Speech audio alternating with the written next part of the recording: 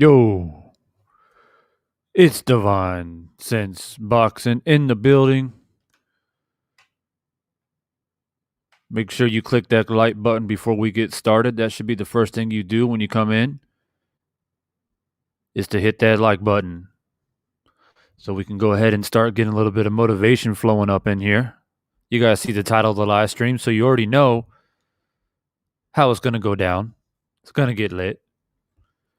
We're just going to sit here and wait for a few more people to jump on in. Good to see some of you guys up here early.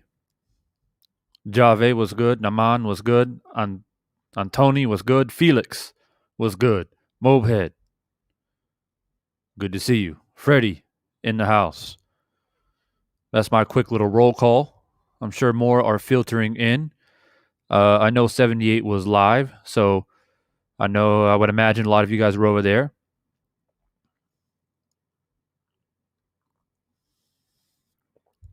Hit that like button before we get started. I already threw the logs in the chimney. I'm about to light it up. It's going to start smoking soon, so make sure you get those likes up ASAP. Got a lot of interesting things to go through. Dwayne Price was good. People are coming in, doing the real quick roll call. As soon as you come in, hit that like button.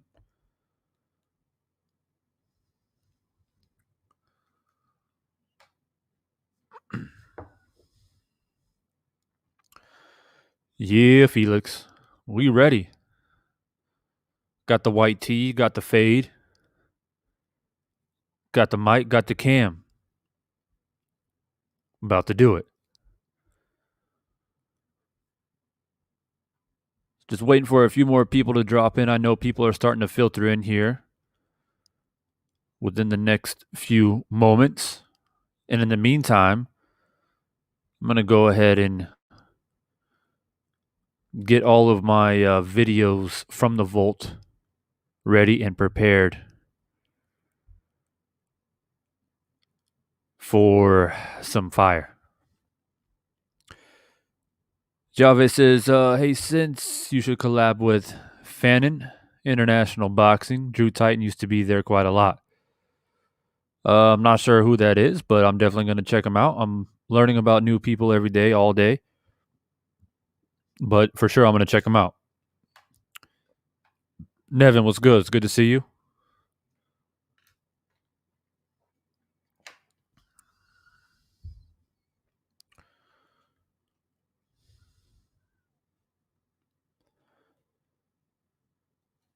All right, just making sure, just double checking you guys can hear and see me okay. If you guys can hear and see me okay, just give me a thumbs up emoji or just let me know in the chat so we can keep it moving.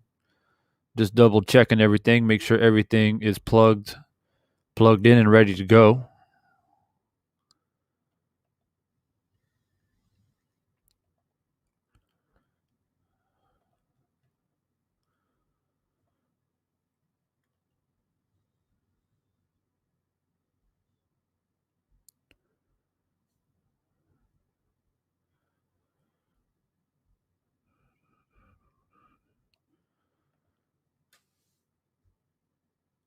Look at that. WJ Luckett.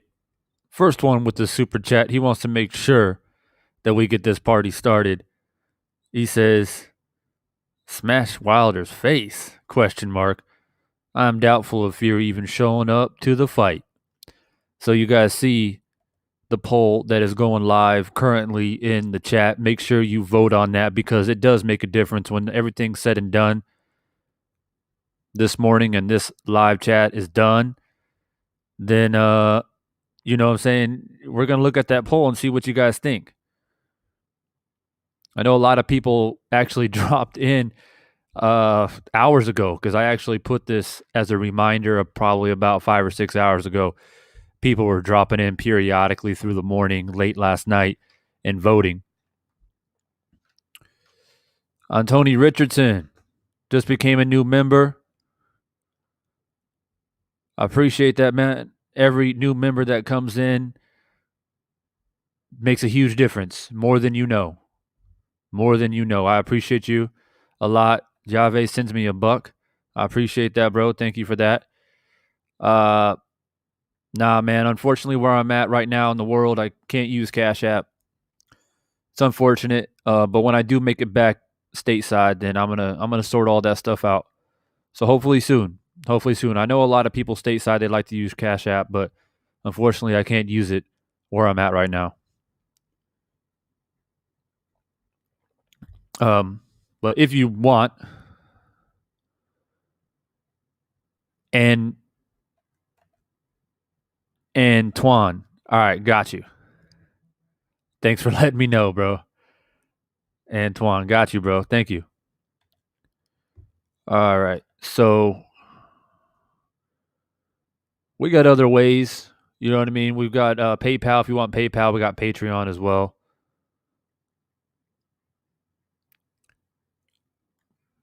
Cool, cool. All right. Looks like we got a little decent squad ready, locked and loaded.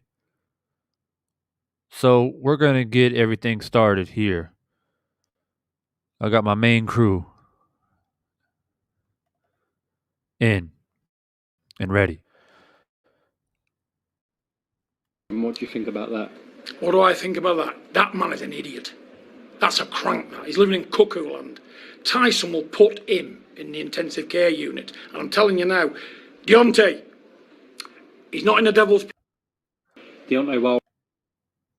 Let me just rewind that back because it actually started a little bit quicker than what I wanted it to.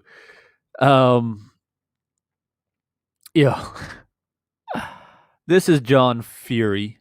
If you don't know, now you know, but I'm sure you already know because you guys have been in the circles, in the fire pits.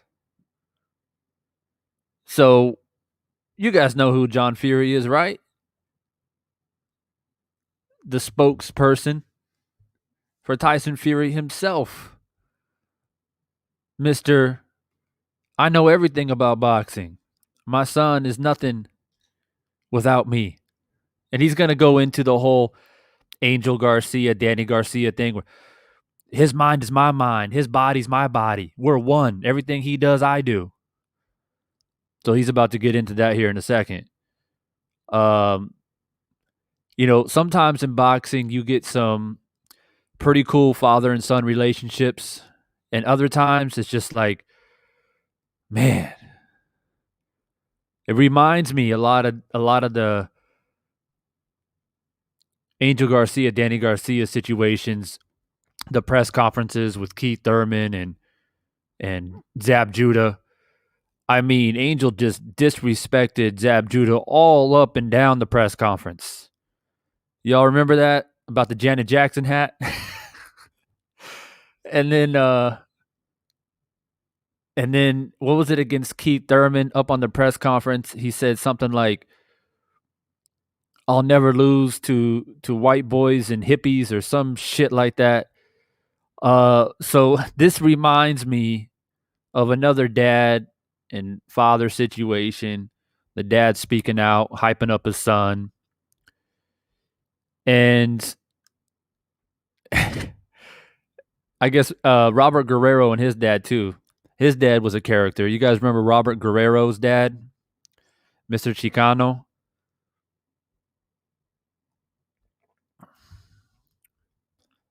Just wait, I got a couple more people.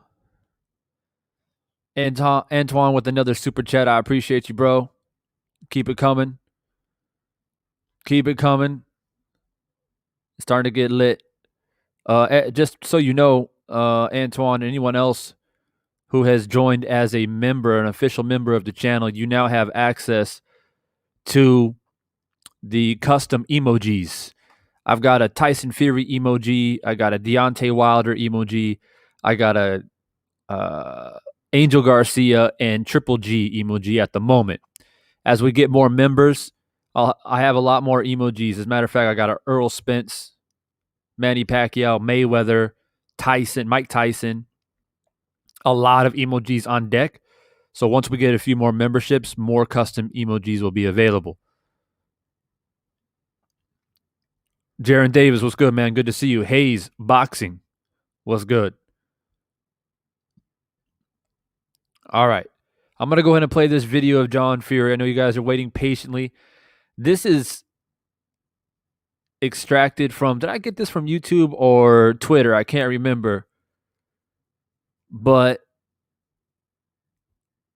nonetheless, I've actually been wanting to talk about this now for a few days. I just haven't done it because I've been talking about other topics. And of course, I did that big film study rather, of the second fight, Wilder and Joshua. And FYI, PBC official email account hit me up talking about they don't like what I was saying, and they want me to take the video down. And they said something about it's okay if you do highlights, but you can't do the whole fight and give that extensive amount of commentary. I shit you not. That's what they told me.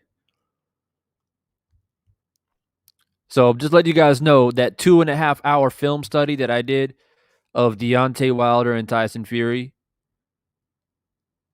that was gaining traction and gaining momentum, they've hit me up about it already. So you can't make this shit up.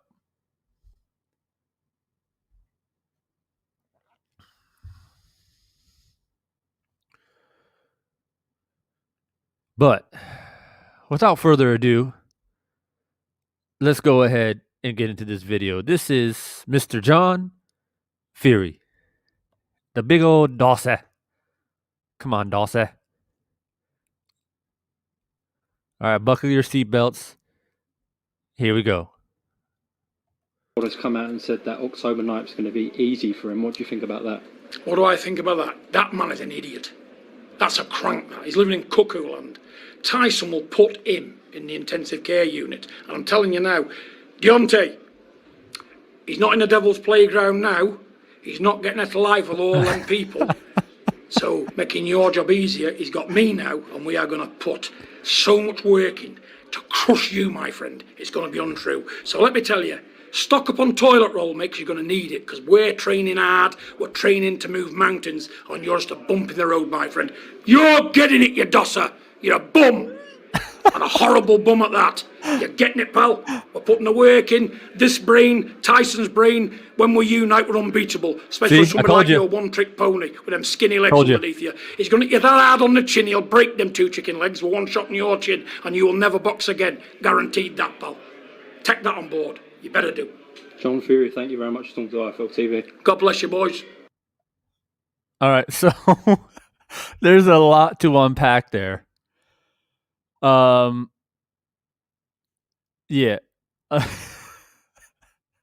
A lot to unpack there. Just give me a moment for me to gather my thoughts. So, a few things to say here. Number one,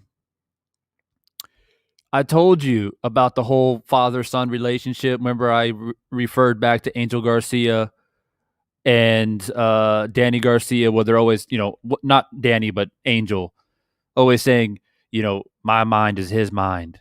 When he's bleeding in the ring, I'm bleeding. His emotions are my emotions. If he's hurt, I'm hurt. I told you that John Fury's going to do that same thing. And he's like, our minds are together. Our minds are together.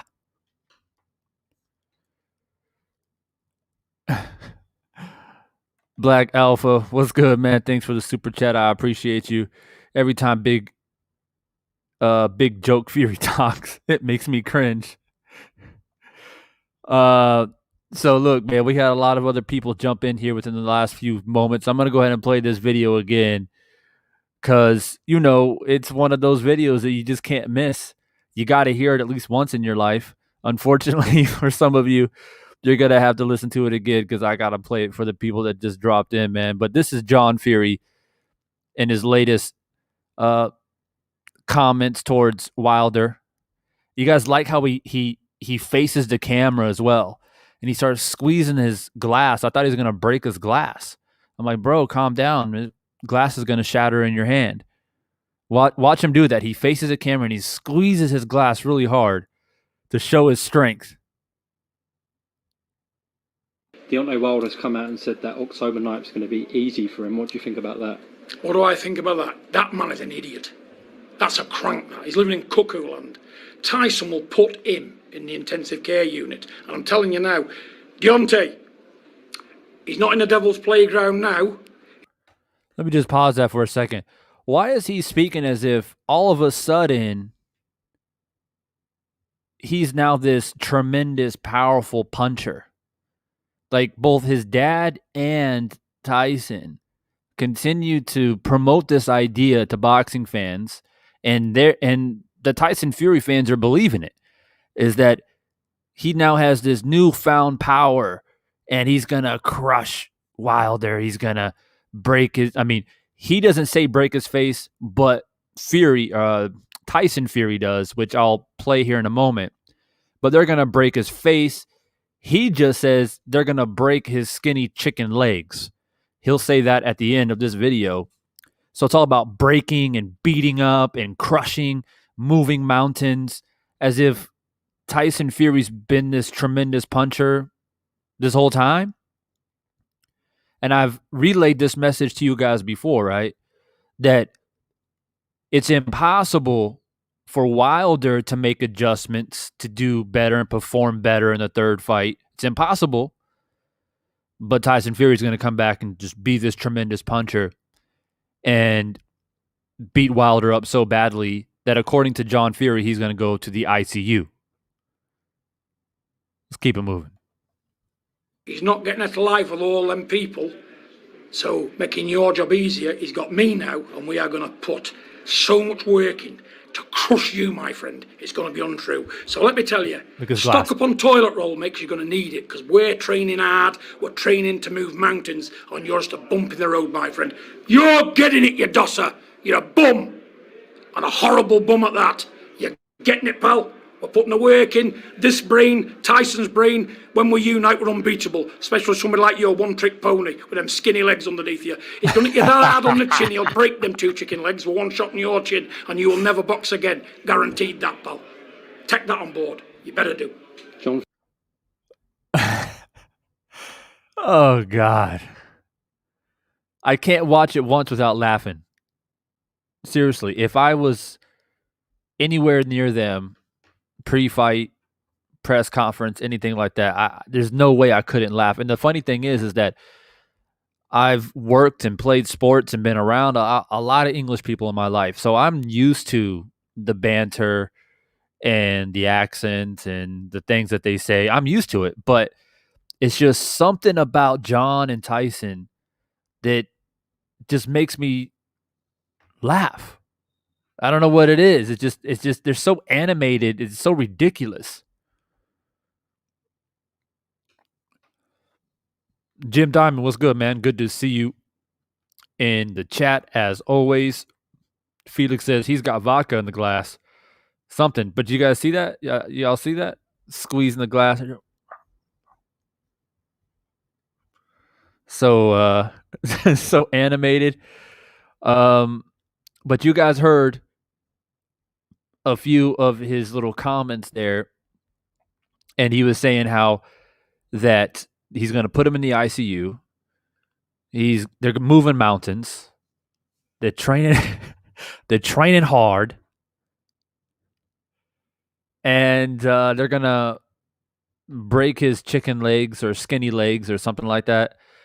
I don't understand why the whole skinny legs thing is still a thing. They are really convincing themselves that Wilder has skinny, unproductive legs, and and they're still riding that train and promoting that out into social media. It's Wilder's skinny legs. It's his skinny legs. He's got no power in those legs. So these people have no idea of athletic ability. They have no idea of what fast twitch muscle fibers are. They literally have no idea of any anatomy whatsoever. To continue to like even buy into the antics of, oh, Wilder's got skinny legs. And I heard some people saying that his legs were weak in the second fight because his legs are so skinny. Crazy shit like that. I'm like, oh, so all the other fights before that, when he was knocking people the fuck out, his legs were okay then. Come on, man.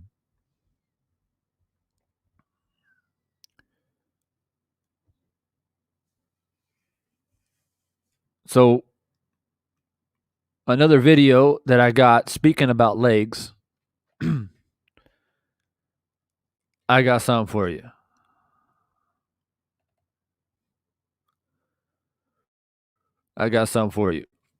And I'm just going to put it up.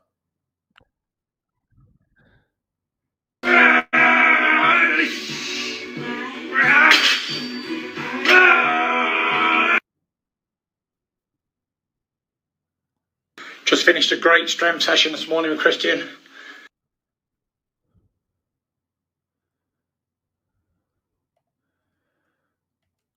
All right, we're going to replay that because I think it got caught up a little bit when I changed. So this is Tyson now, the son, working on his deadlifts. Now, I can tell you right now the exact weight that he's lifting.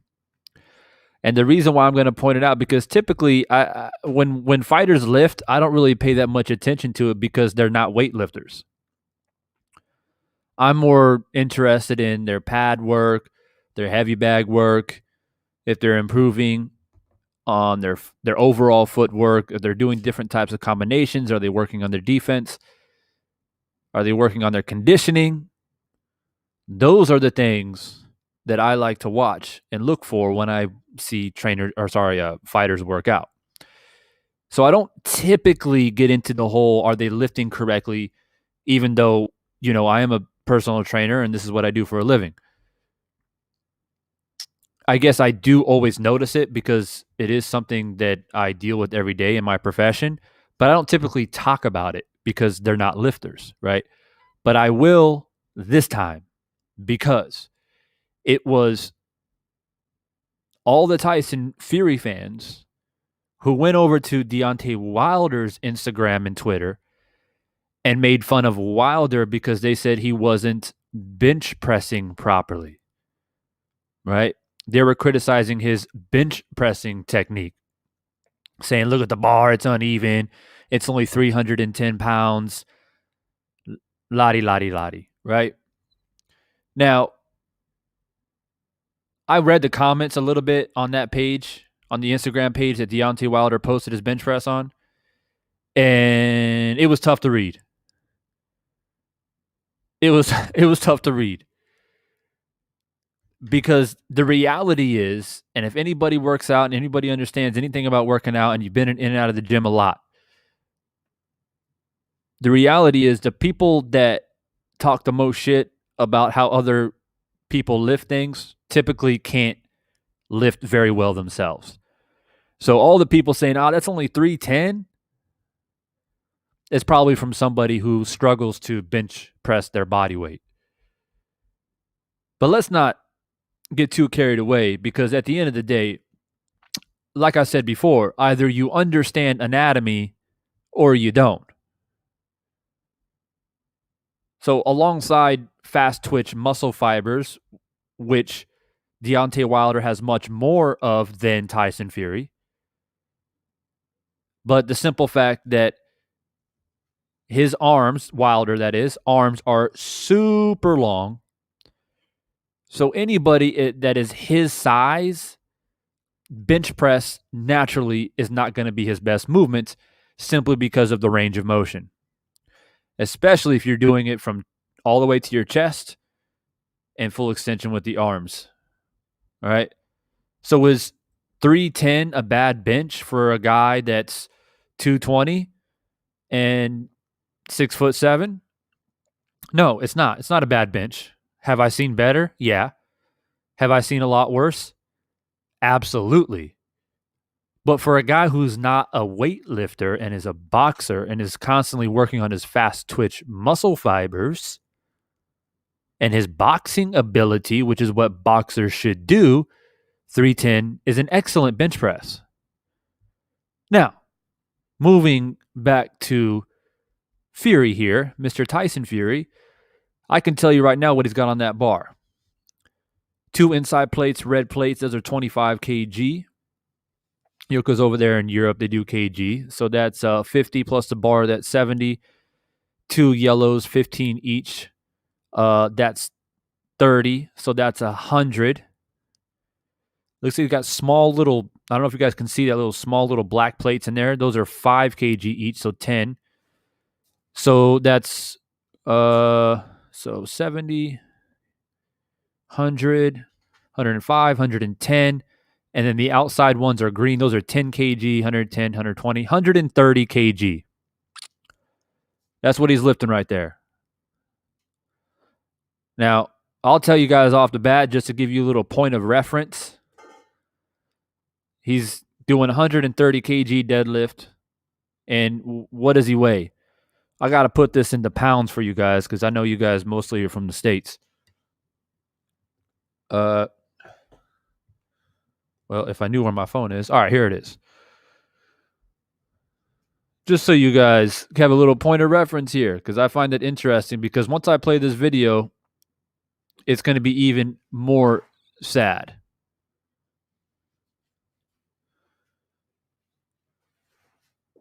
All right, so 130 kg is 286 pounds. All right, 286 pounds. So about his body weight. He's deadlifting his body weight here, more or less, give or take a few pounds. All right. I usually do myself personally. I usually do 170 kg personally, which is 374 pounds. I do that about 5 reps. And I'm 175 pounds. I'm 175 pounds and I deadlift 5 times 375. So I just wanted to throw that out there. Right? So Tyson Fury is deadlifting his body weight, basically. Now, let's enjoy the video.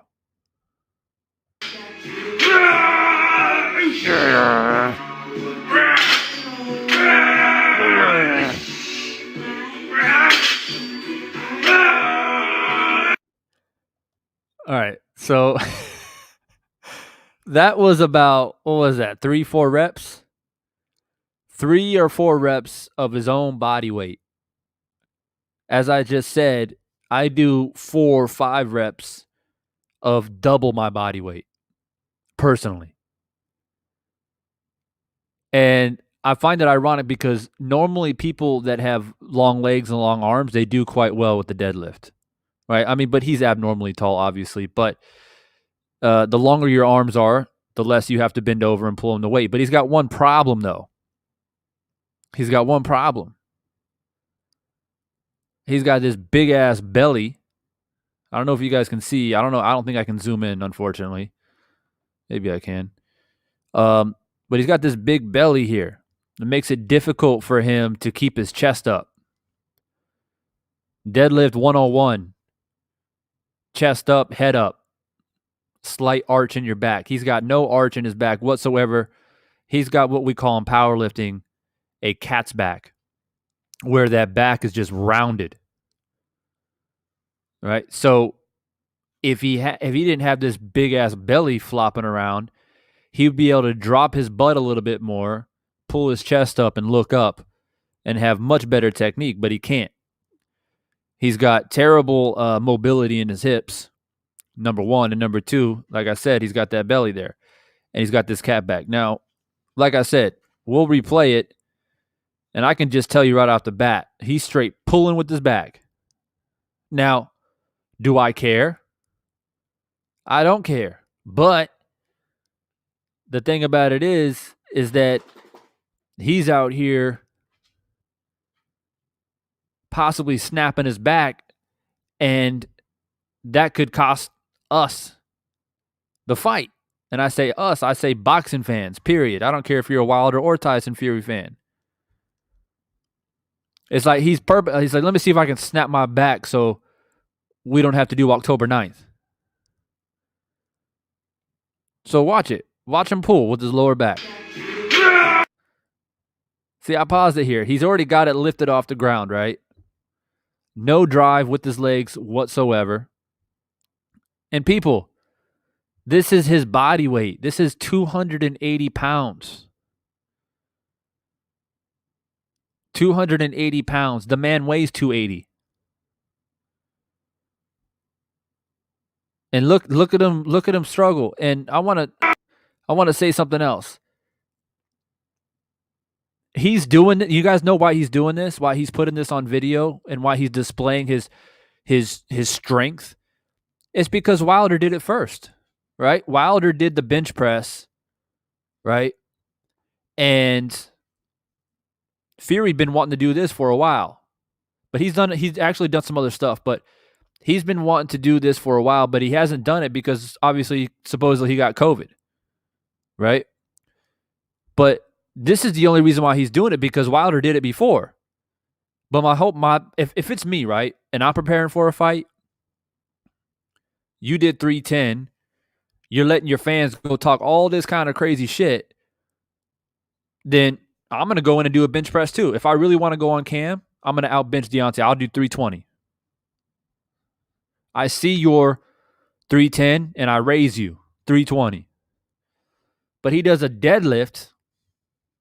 Now, what would have been nice here is if the deadlift was at least 400 pounds with proper technique. But let's watch.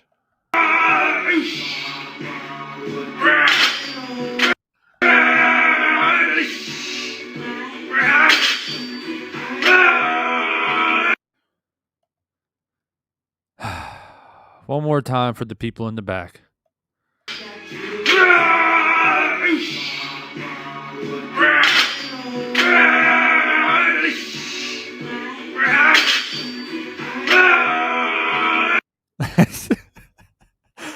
It's so hard not to laugh because it's just like, bro, you're deadlifting your weight. Come on, Gypsy King. All right, and then he's going to go on this little rant here. And this is the whole title of the live stream, and the reason why I decided to make this live stream tonight, or tonight for me, morning for you, is because of what he says here in this dialogue, this little message. And you can see how he's got Bronze Bomber tagged here. And y'all can watch it for yourself. It's on his Instagram right now. Talking about him and his dad talking about Wilder's legs being so skinny. And I mean, what did I just witness right there? I mean, that's what really irritates me, man. When people talk shit and they ain't any better themselves. Isn't that some shit? That's some shit, right? It's like, I'm going to talk shit about your skinny legs, but then I'm going to go and show off my skinny legs and barely struggle deadlifting my own body weight. Like, this is how twisted these people are, man.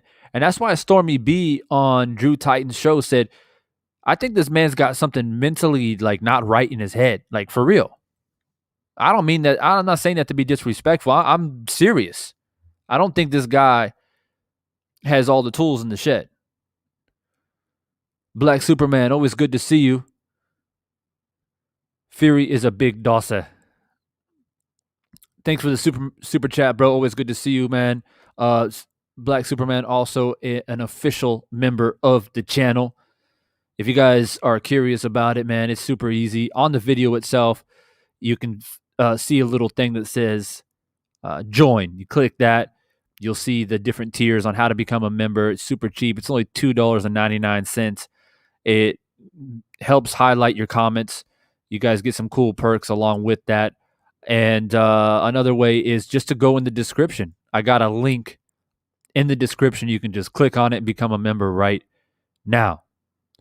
Now, let's go ahead and play the rest of this little dialogue by Tyson Fury because, yeah, you guys will see what I mean if you haven't seen it already.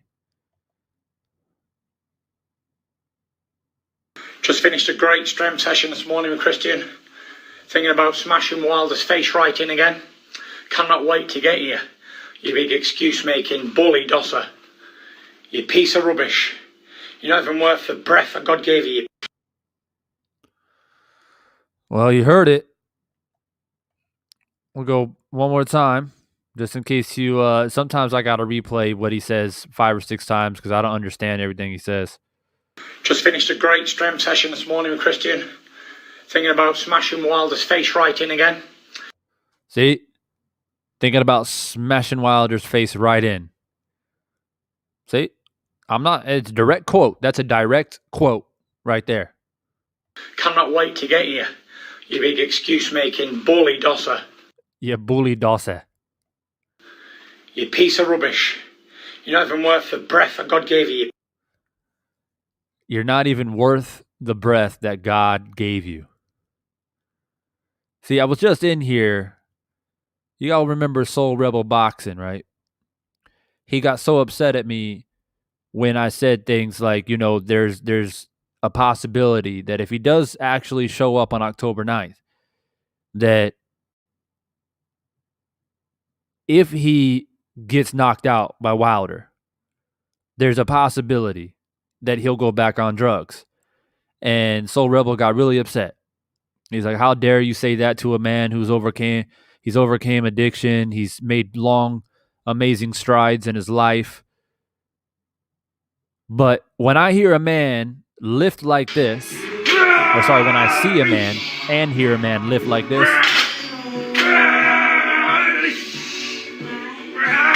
and then right after this great deadlifting session, I got to hear a man speak like that. Just finished a great strength session this morning with Christian. Thinking about smashing Wilder's face right in again. Cannot wait to get you. You big excuse-making bully dosser. You piece of rubbish. You're not even worth the breath that God gave you. Right? So, as I told Soul Rebel before when I was live talking about this shit, it's like, look, man, I don't know about you, but I've been around a lot of addicts in my life. All kinds of addicts. Cocaine addicts, heroin addicts, alcoholics. I've been around it all. Okay? And I've seen some of those people make a comeback, recover, and start doing better. And I've also seen those same people go right back to it. And, sometimes it's 50-50. Sometimes those people, they recover and they never touch it again and they go on and live fulfilling lives. But I've seen it. But it's a certain type of personality type. It's a certain personality type of the people that always go back. Right? You're the heavyweight champion of the world. You beat Klitschko. You become an alcoholic. You're on drugs. Deontay Wilder pulls you out of the gutter, makes you relevant again, basically saves you. You try to take all the credit for yourself. Well, I'm sorry, Tyson. You may have been motivated to recover. You may have done all the hard work to recover, but it was Deontay Wilder himself that pulled you out of the gutter so you would have a reason to get better. Like, I don't know why I have to constantly remind people of that. The people, they don't want to hear that. They don't want to accept that. But that's fact. That's reality. So, if he goes in and think about all the antics, I want people to seriously think about this for a moment. Think about all the antics and the bullshit and the drama that has led up to this third fight. Let's rewind the tape. And this is why I say the man will go back on drugs.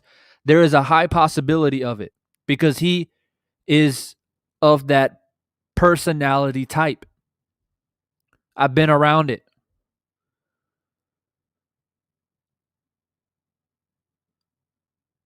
So think about this. Second fight's done, right? He's on top of the world.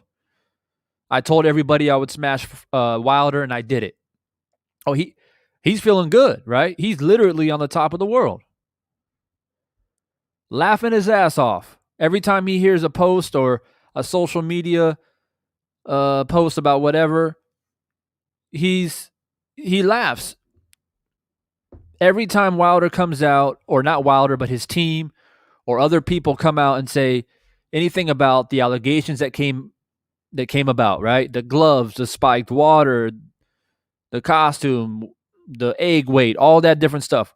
When all that stuff was coming out, he was laughing his ass off. He thought it was hilarious. He didn't care. Whether it was true or not, he didn't care. One thing that we do know for certain is that he literally doesn't care about anything or anybody but himself. Can we reverse the tables here? Can somebody please answer this next question for me in the chat? Because I'm genuinely very curious. If Deontay Wilder, after one of his big fights, let's say he fought Klitschko and he beat Klitschko himself, and then it was Wilder who went into depression, became an alcoholic, a drug addict, contemplating suicide, ballooned up to 300 pounds. Would Tyson Fury pull Wilder out of the gutter and give him a title shot? I'm dead serious. If the roles were reversed, because it's the Tyson Fury fans that constantly say, Wilder's not a man of integrity. Wilder's a sore loser. Wilder's an excuse maker. Wilder's a pussy. All these different things they say about Wilder. That's fine. You're entitled to your opinion. What I'm asking you, though, as a counter narrative, is that if the roles were reversed and Deontay was depressed and contemplating suicide, drug addict, and alcoholic, would Tyson Fury say, hey, Wilder, let me help you out, man. Let's get you relevant again. Let's get you out of this situation so you can go feed your family. Somebody tell me in the chat, please.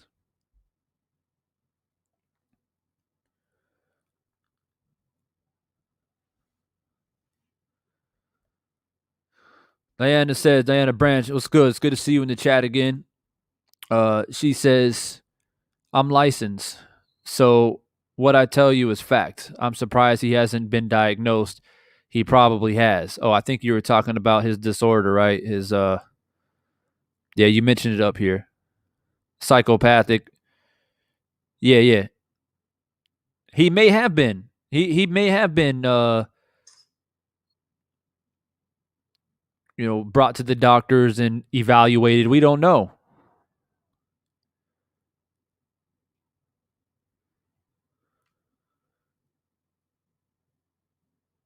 But it's a question I always tell, or ask rather, the Fury fans, is that for real though, if the roles revert, and of course they say, oh, of course he would have. Really?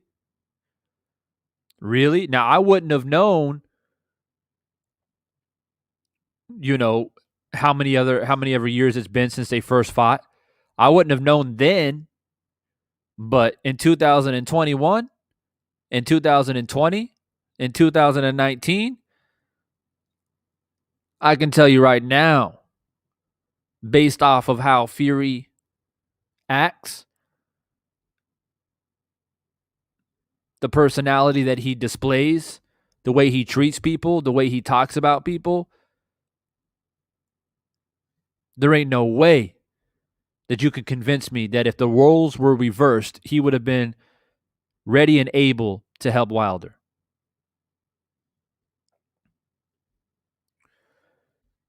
And this is why. Divine Sins Boxing gets so upset. Because how could you, if you have any morality, anything genuine within your soul as a human being, how could you even not consider that? Who would this man be without Deontay Wilder? What goes around comes around. Karma's a bitch. We've all heard that, right? See, I don't play with the universe like that. I'm a very spiritual person. I'm very deep when it comes to that type of stuff. I don't play. I don't take risks. And if a man helped me out of the gutter, gave me a new life when I wouldn't say Tyson Fury had nothing because he was a heavyweight champ. He was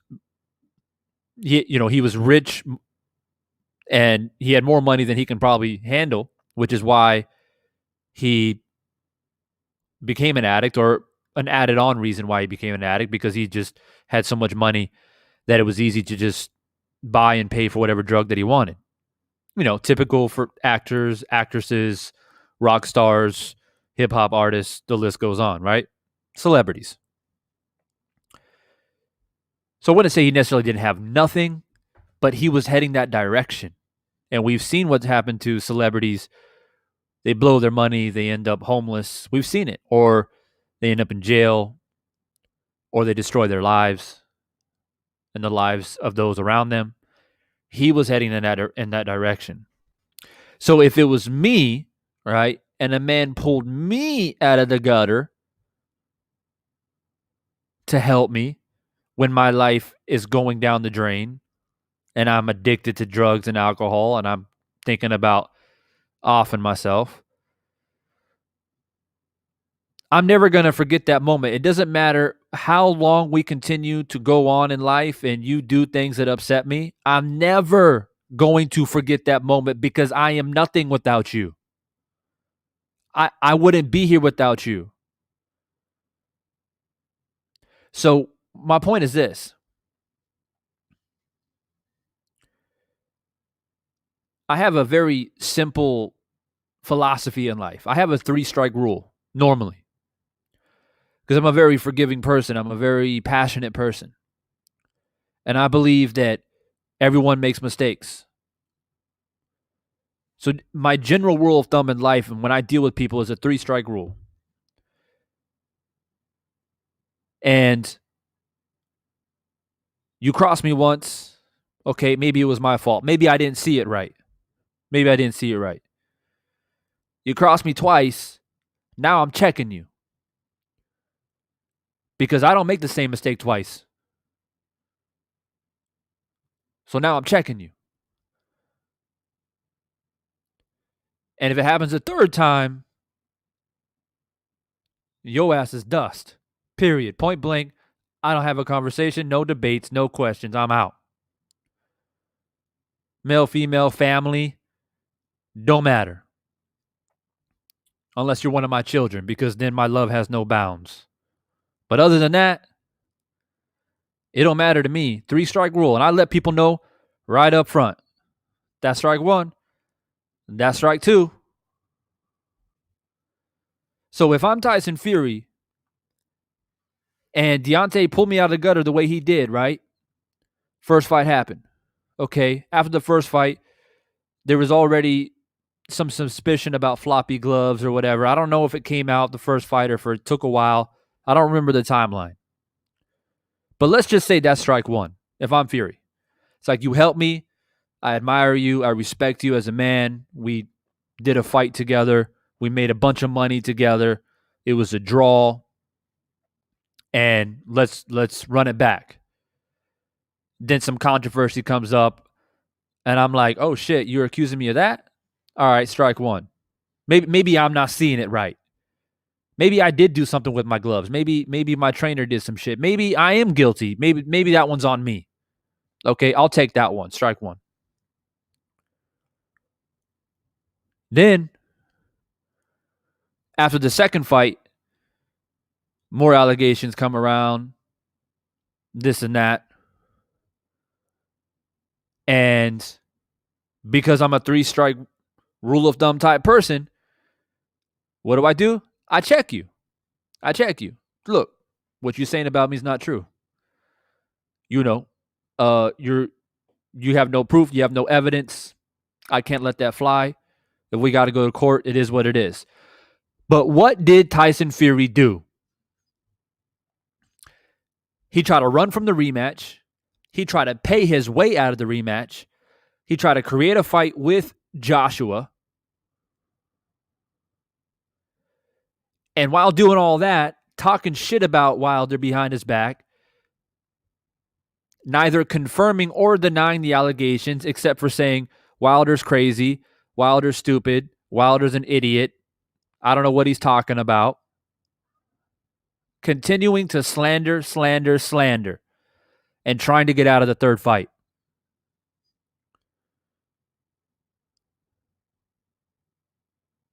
You forgot what this man did for you. You forgot that there would have never been a second fight. There would have never been a first fight. Not to mention that Wilder didn't have to give you a rematch after the first fight anyways, because he still had the strap and he was still the champion. He could have done whatever the hell he wanted to do. So, once again, if I'm Tyson Fury and I hear these different allegations, no matter how bad they are, and no matter how innocent I am, and no matter how upset I get, I'm going to say, all right, bet. All right, see you in the third fight then. See you on the third fight then. Because you got strike one, and now you got strike two. But I'm a man of my word. I'm a man of principle. I wouldn't be here without you, but you're almost out of strikes. So see you on the third fight. No shit talking. No trying to run. None of this COVID bullshit. We would have already seen, if this man was a man of integrity, we would have already seen this fight on July 24th. Rather he got COVID or not, it's irrelevant. Because if he had discipline and respect for Wilder, considering that Wilder was waiting for the fight, having to go to court, get an arbitration. If he had respect and he remembered what this man did for him years prior when he was laying in the gutter, fat, depressed, suicidal, he would have said, all right, I was hoping to fight Joshua, but I guess you really want this third fight. No problem. Let's make it happen. I don't like what you've been saying about me with the gloves and the egg weights and all that. Spike water. No problem. We will hash it out on July 24th and let the record show that we fought 3 times and that's it. You know what I mean? But no.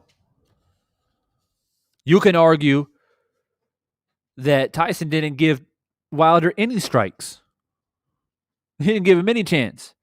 He literally said, he looked up at Wilder when Wilder, offered his hand. He grabbed Wilder's hand. He said, thanks, bro. And then as soon as he got up, brushed himself off, he said to himself, yeah, fuck that bitch, man. He got me out of the gutter. Like, I'm good now. Yeah, that's what I needed. I need a little bit of a push, a little bit of tug, a little bit of pull. Now I got it. Now I'm good. I don't need anybody else. So point being, doesn't matter how much somebody does wrong to me, really, for the most part. I mean, there's always a 1% exception, okay? But for the most part. And no, glove controversies, egg weights, that does not constitute as that 1% that I'm speaking about. If you know what I'm talking about, that 1%, we're talking about some heinous crimes here. But for the most part, it doesn't matter what anybody does to me.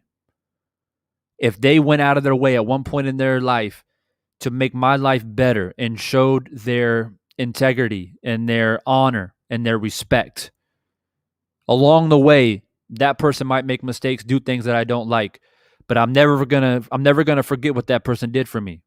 And I'm gonna give that person, like I give all people, 3 strikes. Simple as that. And he didn't give Wilder any benefit of the doubt, any clarity, any justification. Nothing.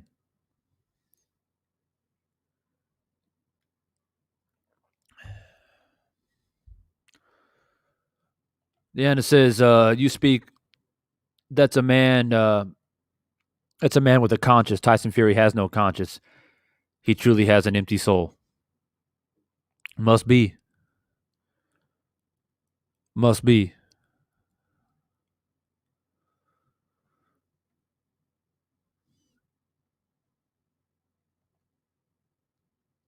Deanna says, "I have a feeling we're going to hear some things concerning Tyson Fury after licking the blood of another man, which is an absolute abomination. I don't think God is playing with this man." That's some deep shit right there. That's some deep shit right there. And if you guys were on here live when I was playing back the second fight, I paused it on that moment for a reason. When Deontay was bleeding from the ear and it was running down his neck, running down his shoulder, and Tyson Fury, they were in the clinch, and he's flicking his tongue like a serpent. Tyson Fury was flicking his tongue like a serpent, licking up Deontay Wilder's blood. And what do the Tyson Fury fans do? They think it's hilarious. They literally, yeah, isn't he so cool? Yeah, he's licking blood. That's cool, man. I like me some Tyson Fury. Licking blood and shit. The man ain't right.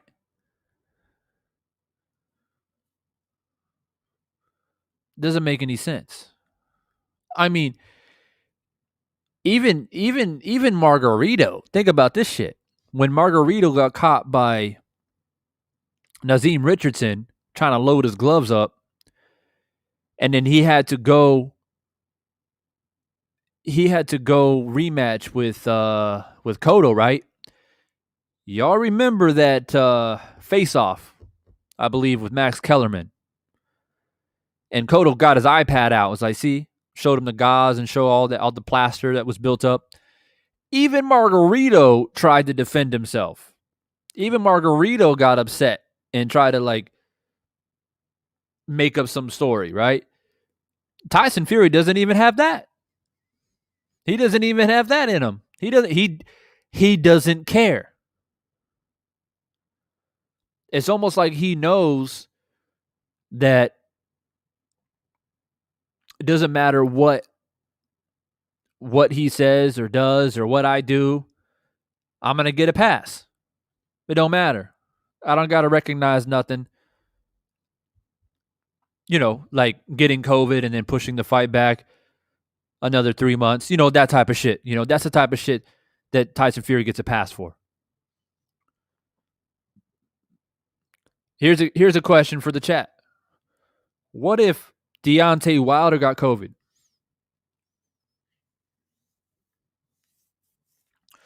What if Deontay Wilder got COVID? Would they say, "Hey, Deontay, you got COVID. Just let us know what date do you want? How much time do you need to train? How much time do you think you'll need to recover and get back in shape?" I bet you they would have told him, "Hey, you got 2 weeks." Tell me I'm lying. Tell me I'm lying. If it was Deontay who got COVID, think about this way. Think about it this way. One, they would have said, "Prove it." They would have said, "We need a test. We need to put that shit on social media because the fans are asking. We can't just take your word for it." Then, if he does provide a test, they'll say, "You got 2 weeks." You got 2 weeks. Bet on that. Bet on that.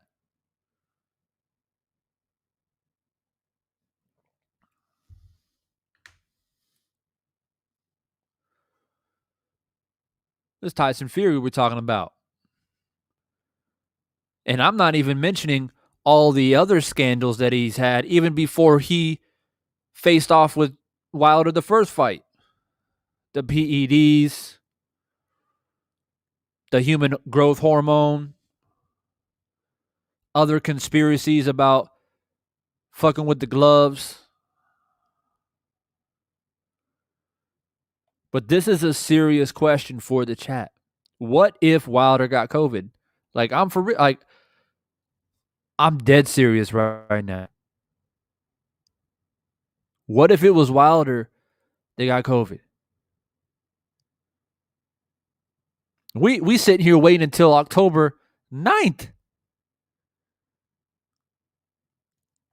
Barbecue, my barbecue's ready.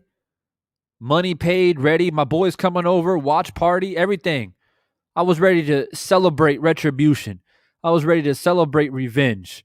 I was ready. My camera was ready. My mic was ready. My dog was ready. Everybody's ready to come on here and say, told you so.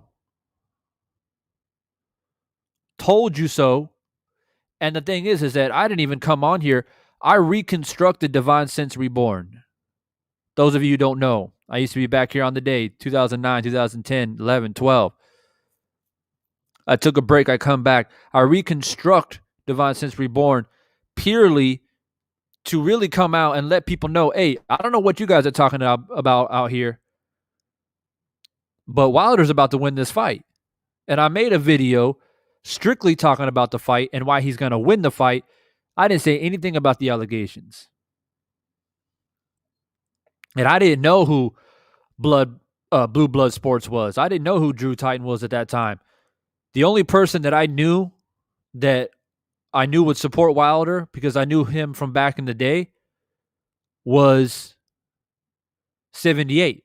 Because 78 and I used to chop it up way back in the day. Other than that, I didn't know anybody. Maybe Deontay's Boxing Nation. But that's it.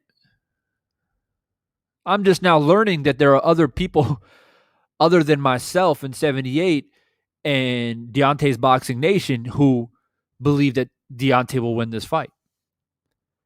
But at the time, I thought, man, there's not enough voice. Ain't enough voice out here. So that's why I came back. And as time went on, Tyson continued to show his true colors. And people are coming to me, hey, Divine, like, we appreciate you because you think Deontay is going to win the fight. But it's deeper than this, bro. You got to look into this.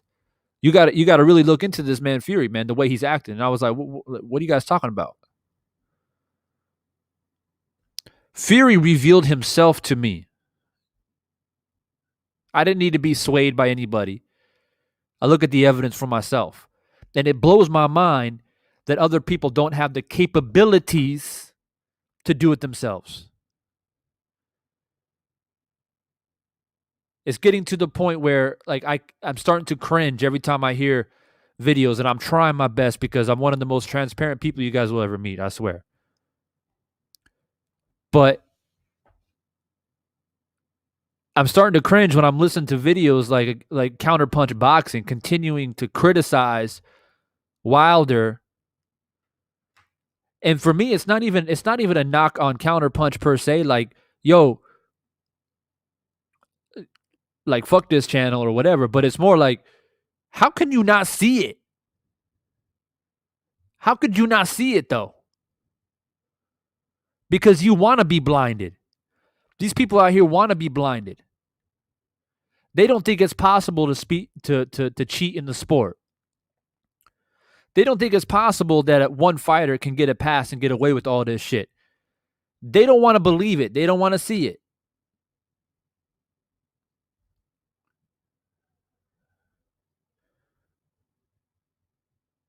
And FYI, man, I'm going on my rant, man. It's time for the rant. It's time to turn up the heat. Throw some more logs in the fire. Throw some gasoline. And I'm going to go crazy in here. So if you want me to read a comment or whatever, you got to super chat that shit because I'm going full speed ahead. And for those of you just joining, I'm going to take this moment to just play some entertainment for you.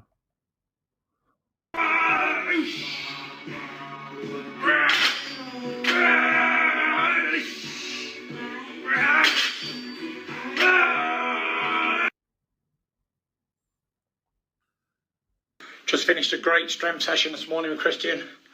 Thinking about smashing Wilder's face right in again. Cannot wait to get here. You big excuse-making bully dosser. You piece of rubbish. You're not even worth the breath that God gave you.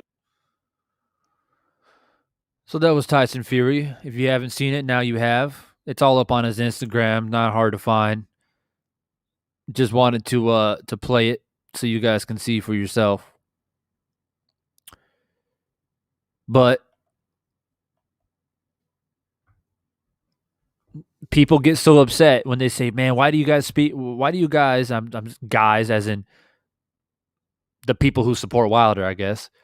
Why do you guys speak about Fury like this, man? He's such a great guy. He overcame addiction and he became the heavyweight champ, and he from a gypsy culture. He's accomplished a lot."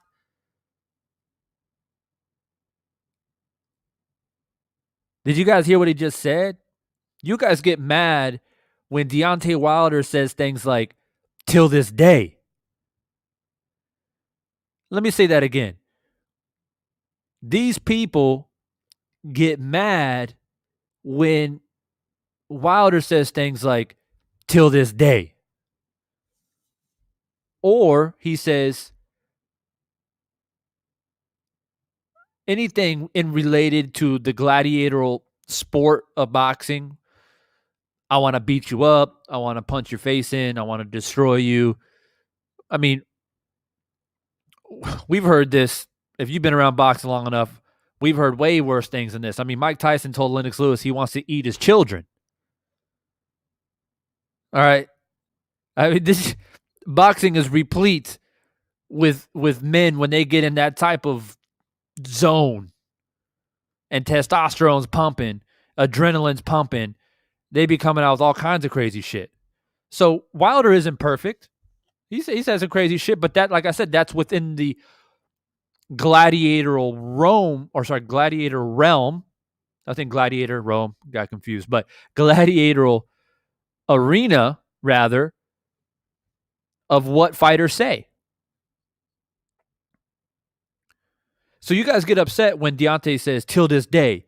You guys get upset when Deontay says, "I'm gonna destroy Fury," or "I'm gonna smash Fury," or "I'm gonna beat the shit out of Fury," or whatever. I don't know the exact words that he said. So they get upset, but then here comes Fury.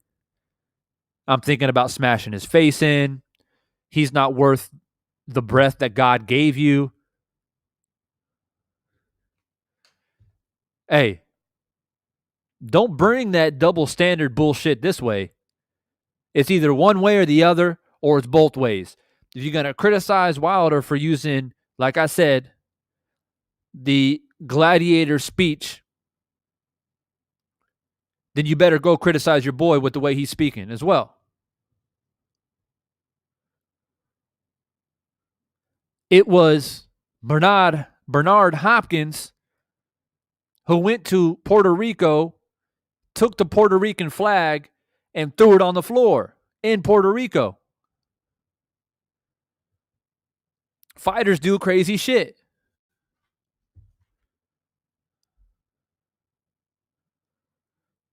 Fighters do crazy shit. So if you want to hold Wilder accountable for being upset, I mean, he's truly upset and has a reason to be upset, to say things that he may or may not mean. I mean, people say things every day they don't mean. They say it because they're upset. But let's just say that he does mean it. When he says, I'm gonna get in the ring and I want to crush this guy. I want to smash him. I want to make him bleed. I'm going to send him to the hospital. It's no foreign language to me. I've been watching this sport, combat sports, for more than half of my life. But if you're going to hold him accountable for that, then go check your boy and see how your boy's talking. He said, I'm going to send him to the ICU.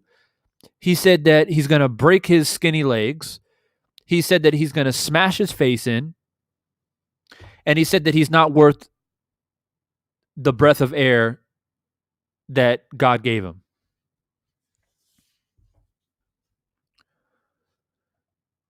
And speaking of that, I got another one for you for the people in the back who just joined the live stream. If you're joining and you're chilling and you're watching and you haven't left a comment yet, come in, say hi, say what's up, Divine Boxing, what's good. I'm going to assume if you can't comment, it's probably because, I got the settings, in a certain way to keep the trolls out. Shout out to Drew Titan for giving me a little tip on that.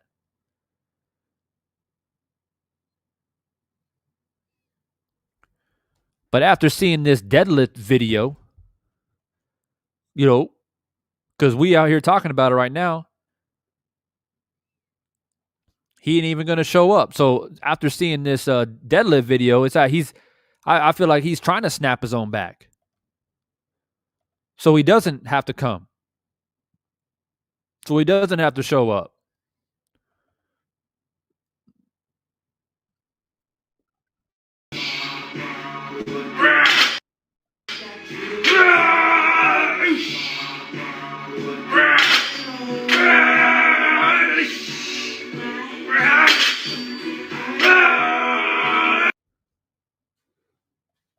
I want you guys to listen carefully to the words this man uses.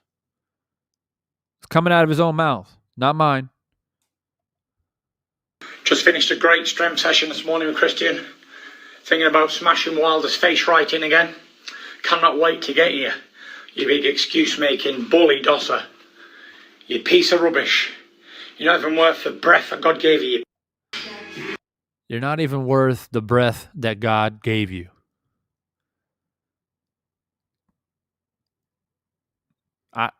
I'm speechless. I'm speechless. See, for me, words go a long way. As I said before, I'm a very spiritual person. There was a time where I used to write a lot of poetry and a lot of wordplay. Used to write music. Used to be a ghostwriter. So words are meant to be abstract and used in a certain way for a reason, and I take it very seriously. What people say and how they project their thoughts and emotions.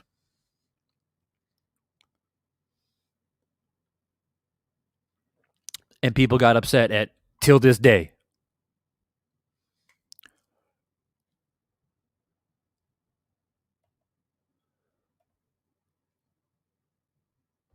I got another one for you guys. I'm sorry, but I got to do it for the people that are just joining in. People are still jumping in the live stream here. So I got to do it.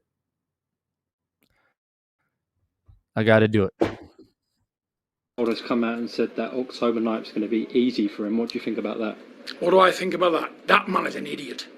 That's a crank, that. He's living in cuckoo land. Tyson will put him in the intensive care unit. And I'm telling you now, Deontay, he's not in the devil's playground now. He's not getting out of life with all them people. So, making your job easier, he's got me now, and we are going to put so much work in to crush you, my friend. It's going to be untrue. So let me tell you, stock up on toilet roll makes you're going to need it, because we're training hard, we're training to move mountains, and you're just a bump in the road, my friend. You're getting it, you dosser. You're a bum, and a horrible bum at that. You're getting it, pal. We're putting the work in. This brain, Tyson's brain, when we unite, we're unbeatable. Especially somebody like your one-trick pony with them skinny legs underneath you. He's going to get that hard on the chin, he'll break them two chicken legs with one shot in your chin, and you will never box again. Guaranteed that, pal. Take that on board. You better do. John Fury, thank you very much for talking to IFL TV. God bless you, boys.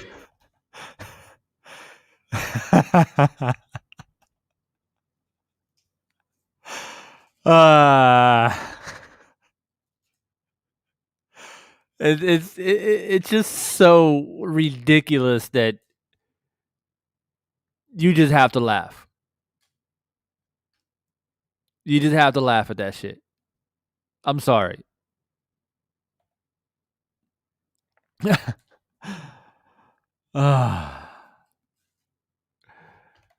T. Rucker says, much respect. Fury is a cheat. Sorry, man, but the power at be protecting Fury, they are scared that Wilder is going to seriously harm Fury. Daddy Fury is scared. Cocaine is a hell of a drug. I'm telling you. and back in the day when Tyson was in the gutter You know him and his dad, they were doing lines together, living life. They were living life doing lines together. You best believe it. But unfortunately for Tyson, he's got to get off that cocoa because he's got to fight Wilder on October 9th. But old Daddy Bear, he can keep hitting those lines.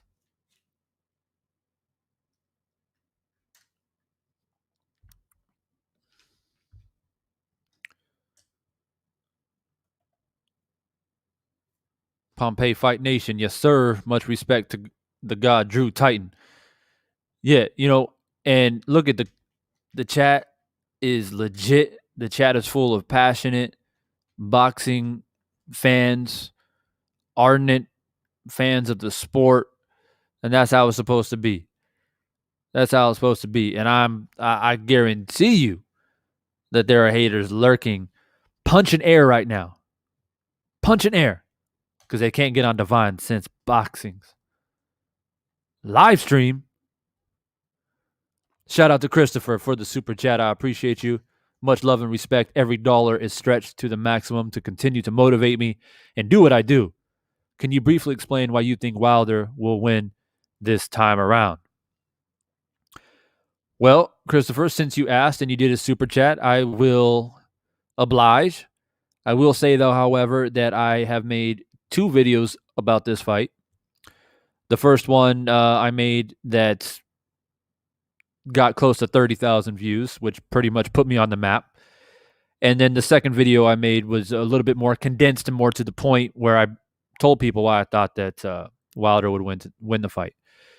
But in a nutshell, and simply put, I see a lot of improvements with Deontay Wilder over the course of the past 6 months, watching his training, seeing how he's looking. I think Malik Scott offers a lot, to be honest. A lot of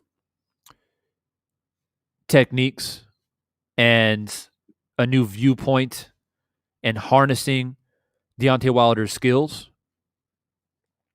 And a lot of people don't realize some of the small details. And I'm going to point a few of these out for those who are listening. Number 1, Malik Scott was a heavyweight boxer himself. So what does that mean? Well, that means that he's a bigger guy, right? He's maybe a couple inches shorter than Deontay Wilder. Now, what does that have to do with anything? Well, if anybody has done boxing before, you know that means a lot when it comes to holding the pads. Before, he was holding the pads with Breland and JDs, who are much shorter, smaller men. You're not going to get the same pad work than what you will with the bigger guy. And this is one of the reasons actually why Mayweather used his uncle and his dad to do his mitt work, but he uses his bodyguards to put on the bodysuit because it makes a huge difference. Taller, bigger, coming forward. So when you have a fellow heavyweight who's near the similar height as you, you don't have to punch down anymore. You can just punch straight through. And the footwork and the defense mobility work makes more sense when you're actually doing alongside a guy who is your size and offers that viewpoint. So people don't think about that. They just think about, it's another guy holding mitts. But, I've been around for a long time and I pay attention to that. Does that mean that shorter, smaller guys can't hold mitts for heavyweights? No, it doesn't. We've seen it many times. But a lot of heavyweights have several different people that hold mitts for different reasons. Because, again, it offers a different viewpoint, a bigger, taller, stronger man. You're going to be able to punch harder as well. I've held mitts for heavyweights before, and my damn shoulder almost gets popped out of socket. And I'm pretty strong for my size. Okay? It's just body weight, it's power, and you have to I'd put my entire body into their punch, because if not, my shoulder goes flying back. Not good. So that's one reason. He has that viewpoint now, working with a guy similar his size on the mitts. Second reason, and this is probably the biggest reason, You can see the small, intricate details within his defense. The slipping, the stepping under, the going to the body, working the jab up and down, being more strategic in landing his right hand instead of just, waiting for his opportunity, a little jab here and there, and then try to throw a big, powerful right hand down the pipe, which is pretty much how he fought the first fight. Just waiting for his opportunity. Because in his mind, he thought to himself, all I need to do is land one shot. And he did in the 12th round, right? But what you see with Malik Scott is him systematically working his way to land the right hand more efficiently. Malik Scott, if we all remember correctly, was knocked out by Deontay Wilder. So he's been hit by Wilder, and he knows the power that Wilder possesses, like literally knows, not just by holding mitts, but he's felt it.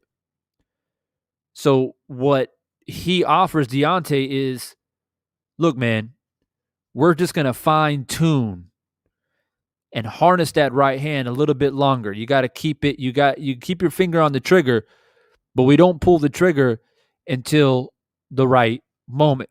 And in the meantime, we're moving, we're slipping, we're jabbing, we're going to the body. And I think going into the third fight, he's going to show what he's been working on so hard. And he's going to show jabbing up, jabbing down, moving to his left, moving to his right. And as Fury's coming forward, he's going to pivot, slip out underneath, jab on his way out, set his feet, and throw a little left hook, pop back out. Because I truly believe Tyson Fury will try to track Wilder down in similar fashion as he did the second fight. I don't think he's going to change anything. I really don't. And so I think he's going to come straight at Wilder like he did the the second fight, because he's overconfident. And for whatever stupid ass reason, he no longer respects Wilder. Wilder's going to prove that he's a true athlete. Wilder's going to prove that he's a true athlete to the point where he could have played any sport that he wanted to. He could have played basketball. He could have played football. He chose boxing, or you can argue that boxing chose him. It was the quickest way to take care of his family.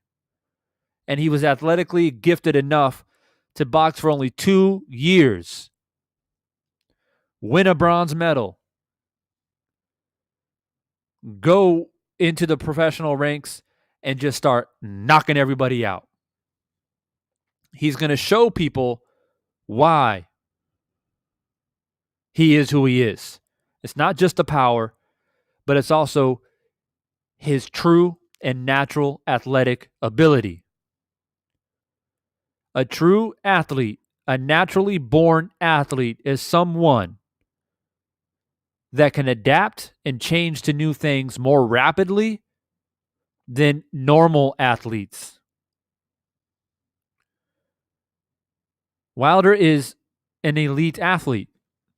He's an elite athlete because, like I just said, he can play any sport he wanted to, literally. You get all kinds of facets of boxers in the sport. Boxing is welcoming to everyone. You don't have to be the most athletic to be a boxer. It helps if you are, but you can still be a champion and not be the most athletic guy in the gym. If you have grit, if you have toughness, if you have a chin, if you got heart, and you listen to your coaches and you learn the fundamentals, you can be a champion. But here's the thing about Deontay Wilder. He has all of that. He has all of that. He has the grit. He has the toughness. He has the heart. He listened to his coaches. He had to propel himself in the position that he is in now in such little time.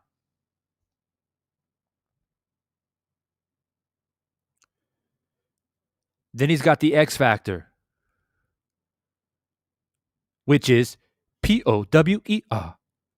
Power. That's God gifted. Just like a chin. You're either born with it or you're not. I don't care how many neck exercises you do.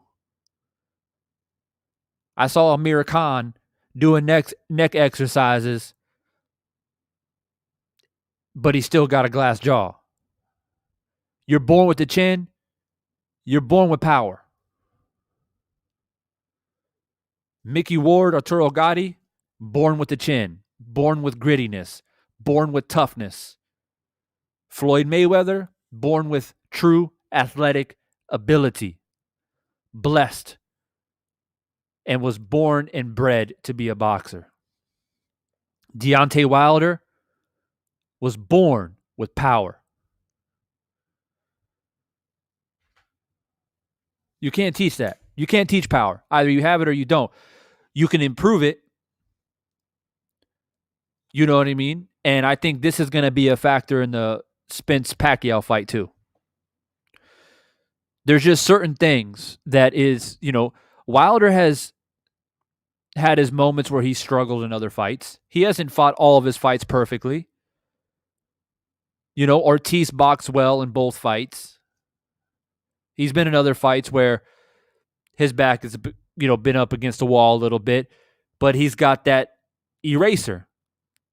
Like Teddy Atlas says, that great eraser. And it's no joke. It's nothing to laugh at. It's nothing to smirk at. It's nothing to joke around about.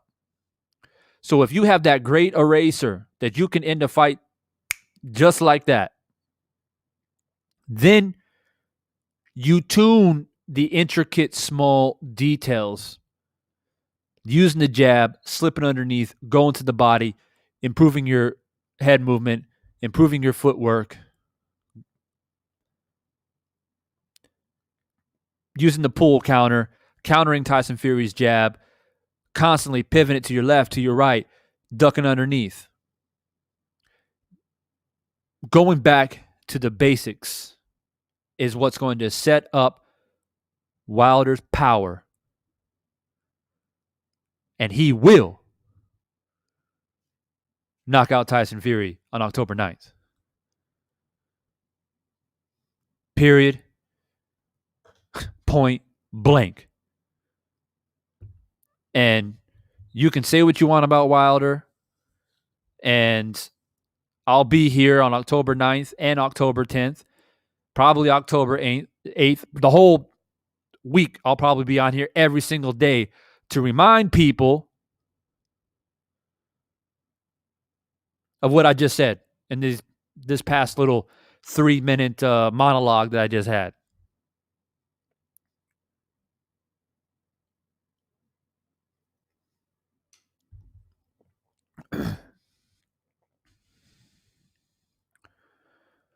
Dave says, I promise Wilder will not be on the back foot this time. He's gonna get into the ring and see something way different. 100%. Videos out there, Malik Scott and Wilder working on cutting off the ring and walking down the opponent work. Yeah, and I saw Counterpunch Boxing put a video up of Deontay Wilder doing his mitt work where they're doing the lateral movement punching. And they're like, he was making fun of it, and a lot of people in the chat were making fun of it. But that's okay. Some people know boxing, some people don't. I don't get too frustrated about people who have ignorance about the sport. There are channels out here, I've said it before, and I can probably continue saying it. There are reporters. There are channels who have a product and try to promote their product and report the news and the updates. And then there are boxing heads, people who can break down the sport, break down fights, give predictions, and truly understand the sport of boxing. That's what you're going to get on YouTube. So I don't get bent out of shape when people over here laughing and giggling about a guy showing true ability and skill and working on something that is real. And that is punching and moving at the same time, moving laterally.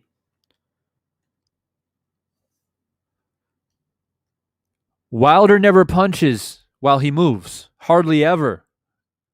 He moves out of the way. He may throw a jab out there.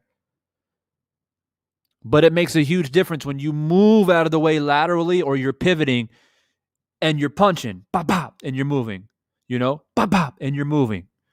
Constantly flicking and keeping Fury off balance and guessing constantly.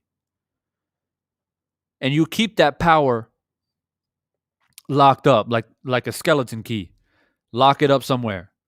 You can throw it, but you don't release all your power until the moment's right and you line up that perfect shot.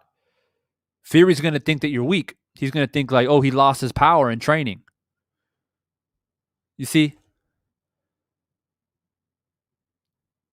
This game is mental. It's a thinking man's sport.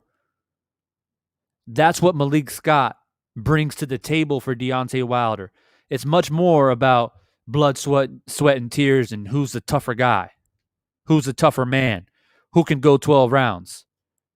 No, it's a thinking man's sport. You got to be a step ahead of your opponent. You got to have the better game plan. So when Tyson Fury fans tell me, when I asked them, I said, how is Fury going to win the third fight? Oh, well, he's just going to do what he did the second fight. I said, shit, no adjustments, nothing? He's just going to do exactly what he did the second fight. Yep, because Wilder can't stop him. Oh, okay. Okay. Hey, we're going to see. We're going to see. If you're just dropping by the chat recently, the last 5 minutes or so, if you listened to my little breakdown of the fight, let me know in the chat. Let me know. Send me a thumbs up. Send me a peace sign. Send me a fire emoji. Send me something. Let me know you're new in the chat so I can share a few things with you because I know you just joined.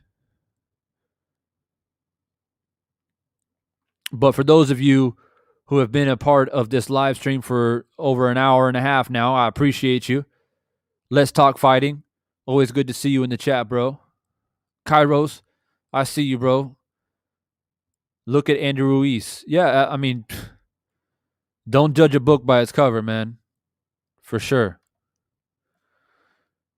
Day says, these are facts. Multilateral development produces the best athletes. The fact that Wilder didn't choose one sport to focus on until he was 19 benefits him. Boxers who started young are harder to change. Harder to change and took more damage. That's another thing. And a lot of times, if you're born big, you stay big, right? So a lot of times, if you're a big guy like Wilder, he was probably over 200 pounds and at the height that he's at right now by the time he was like 17, 18. So when you're big like that, you automatically, if you start young, you go straight into the heavyweight division, maybe cruiserweight, but you're straight in there and you're getting punched, you're training. And the fact that you didn't start 19 and really in the professional ranks until later, even later than that, there's pros and cons. There's pros and cons. Look at Oscar De La Hoya.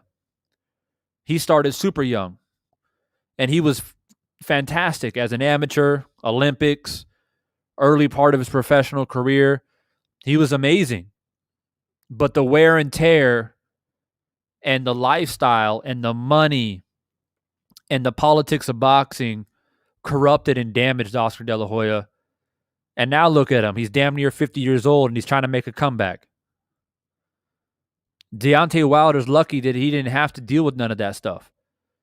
He was more mature, was able to make adult decisions when he decided to become a boxer.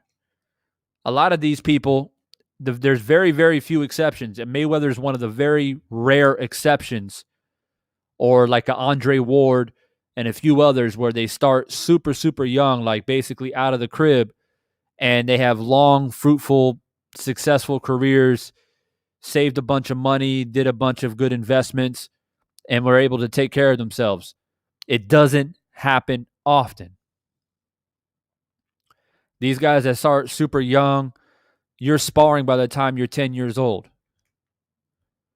You know what I mean? You're sparring sometimes without headgear, depending on where you're from. And you start to see that wear and tear much sooner. And I'm telling you right now, you can write it down on the wall. Wilder can fight until he's 40, no problem. Wilder is going to fight until he's 40, no problem. Because of what I just stated.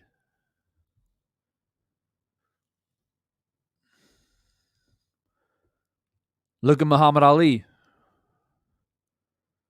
Fantastic amateur, amazing professional as coming up, beating Sonny Liston the way he did, doing all the amazing things that he did in his career, and ultimately, all that damage caught up to him. God rest his soul. But you know, I can talk all day about this. Stormy B in the building. Yeah, we've been going at this for about an hour and a half, bro. We've been lighting fires, we've been cooking, we've been smoking. We've been going crazy out here on Divine Sense Boxing, let me tell you.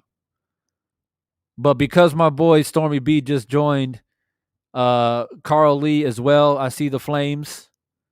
Good to see you. I got something for Stormy B and a few others who I think just joined. Deontay Wilder's come out and said that October night's going to be easy for him. What do you think about that? What do I think about that? That man is an idiot. That's a crank, that. He's living in cuckoo land. Tyson will put him in the intensive care unit. And I'm telling you now, Deontay, he's not in the devil's playground now. He's not getting out alive with all them people. So making your job easier, he's got me now, and we are going to put so much work in to crush you, my friend. It's going to be untrue. So let me tell you, stock up on toilet roll makes you're going to need it, because we're training hard, we're training to move mountains, and you're just a bump in the road, my friend. You're getting it, you dosser. You're a bum, and a horrible bum at that. You're getting it, pal. We're putting the work in. This brain, Tyson's brain, when we unite, we're unbeatable. Especially somebody like you, a one-trick pony with them skinny legs underneath you. He's going to get that hard on the chin, he'll break them two chicken legs with one shot in your chin, and you will never box again. Guaranteed that, pal. Take that on board. You better do. John Fury, thank you very much for talking to IFL TV. So, Stormy, what do you think about this man, John Fury? I've played this video at least half a dozen times since I've started this live stream, and every time I laugh. I can't help but laugh at this man. It's comical. These dudes are seriously clowns. But it doesn't stop there, because I got another one for those who are just dropping by. And by the way, guys, we've had up to 70, 80 people in this live stream today. I should have at least 100 likes by the time this stream is over.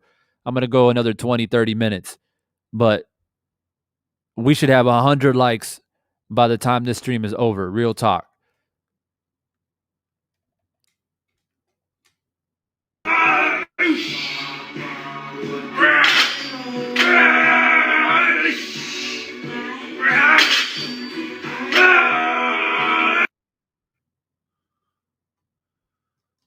Just finished a great strength session this morning. One more time.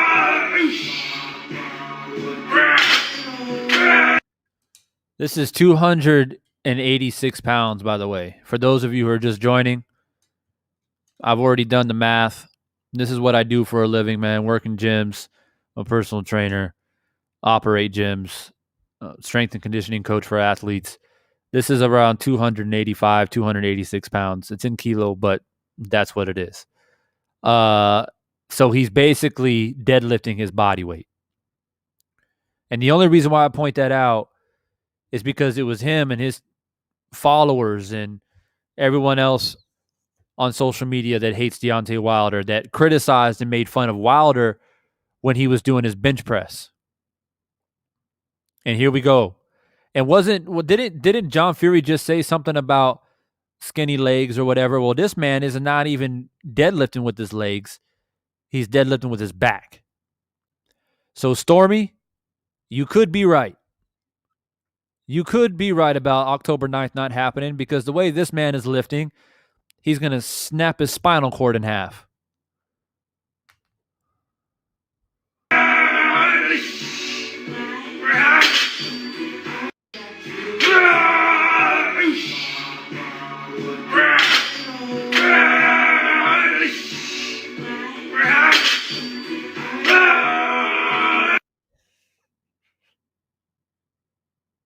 Just finished a great strength session this morning with Christian, thinking about smashing Wilder's face.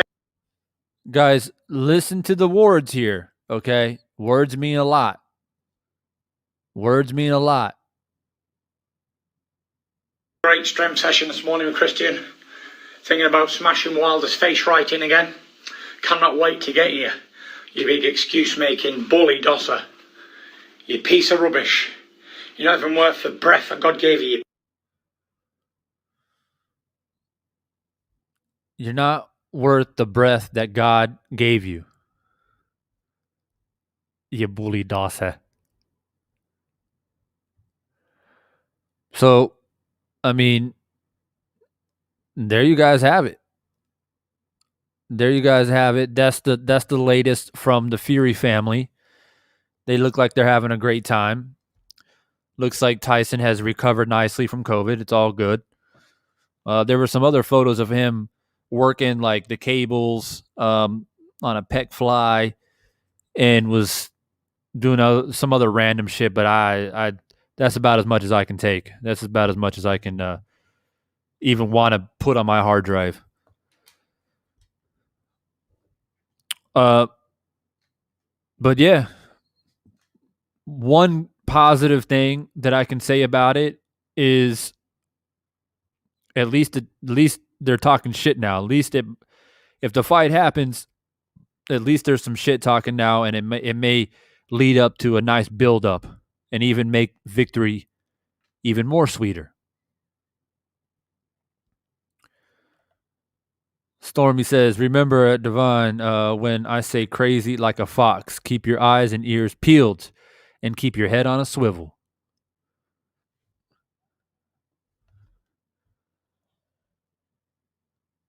We talked about it before on Drew Titan's channel, Stormy, and I mentioned it here tonight as well. Tonight for me is, of course, and this afternoon for you guys, is that, I'm a very spiritual and deep person, and I take things sometimes too literally, and I take it too personally sometimes when people act the way they do. But like you said, crazy like a fox. Crazy like a fox. You can't take it too literally.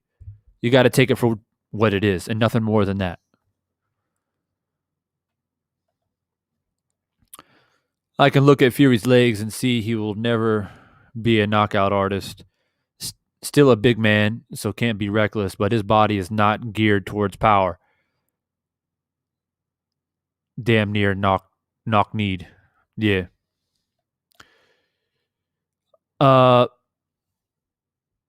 Guys, if October 9th happens, all jokes aside, Fury fans are not going to like when I say this, but I don't think Fury's going to be the same. And I think he might go back to getting back up on that cocoa. And I'm not saying that to be mean. I'm not saying that to be rude. I'm not saying that to sound funny. I'm being dead serious. Because this is how the earth revolves around the sun. right? What goes around comes around. And we've been speaking about it all day. You treat a man who brought you out of the gutter like this. What do I always say? The sky is black. The storm is coming. Judgment Day, October 9th. Can't run from it unless you break your back doing deadlifts.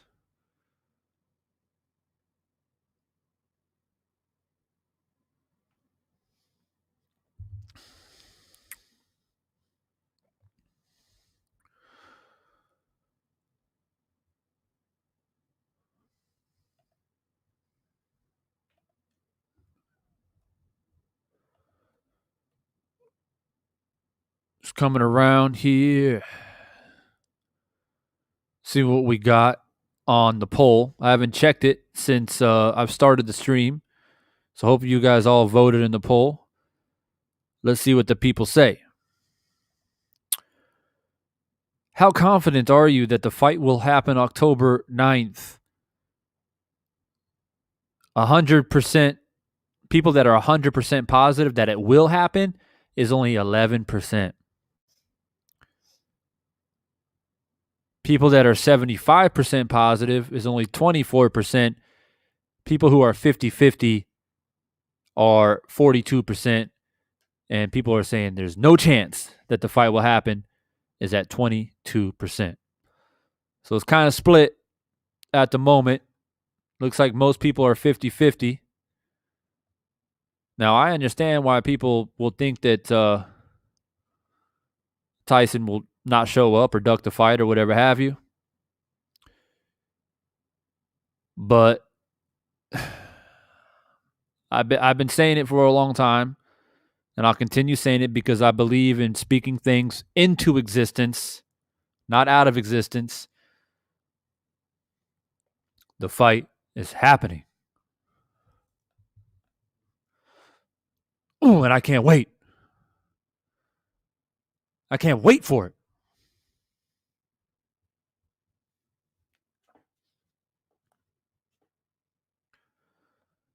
I'm shadow boxing every day waiting for it. I'm telling you. Y'all laughing, man, but I'm serious. Y'all laughing, man. I'm serious. Every day shadow boxing shit. I'll put a video out tomorrow showing you.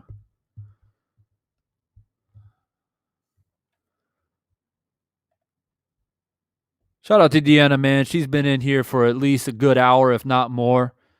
Chopping it up here in the chat all day, all morning, wherever you're at. I appreciate you. That's if he comes out of that ring. Hashtag it's legal. Ooh. Damn, Deanna. You guys heard it here first. She put that shit in the super chat. She wanted to make sure that was put up on the screen. Well, it's up there. Show them the clouds, Dave. Show them. Show them the sky is black. The wind is blowing in, and the storm is coming. Legal, in quotes, capital letters, homicide, is what Malik Scott said.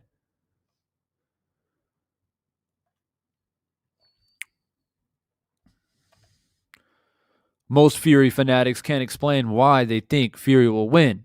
They just trolling. They really can't. They literally, I ask them all the time. I run into them all the time in real life. And they say, oh, well, did you see what happened the second fight? That's what they say. That's always their response. That's always their response.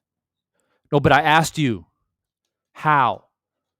I didn't ask you about the second fight. This is the third fight, okay? And it was your boy Tyson Fury who put the fight off even more so Deontay Wilder can train even more, okay? So let's not pretend here that the fight is right around the corner or the fight just happened. Like, we got time to talk about it now. So how?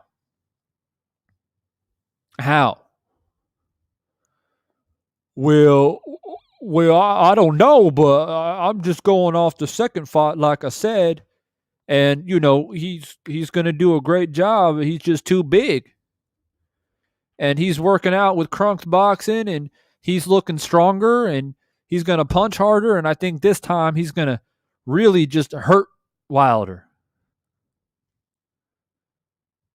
Oh, okay.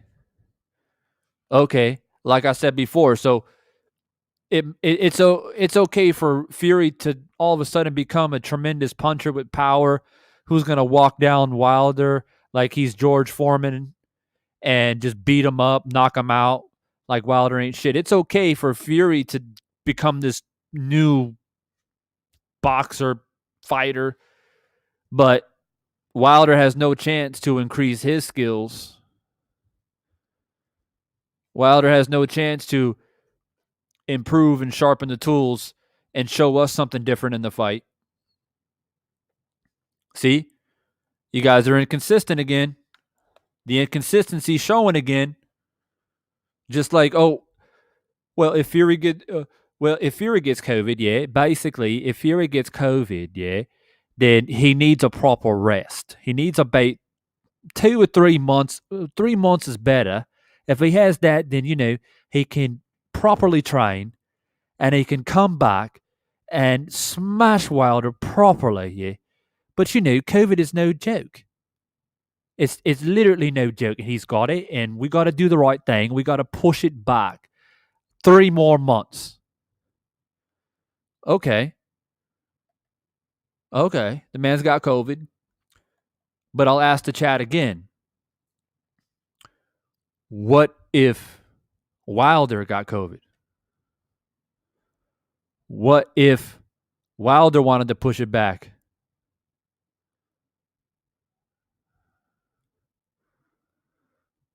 Smiley Breeze 910 was good. Thank you for the super chat. Thanks for dropping by. Every dollar is stretched to the maximum to continue to motivate me and do what I do. I appreciate you. John Fury, a WWE character. If the shoe fits.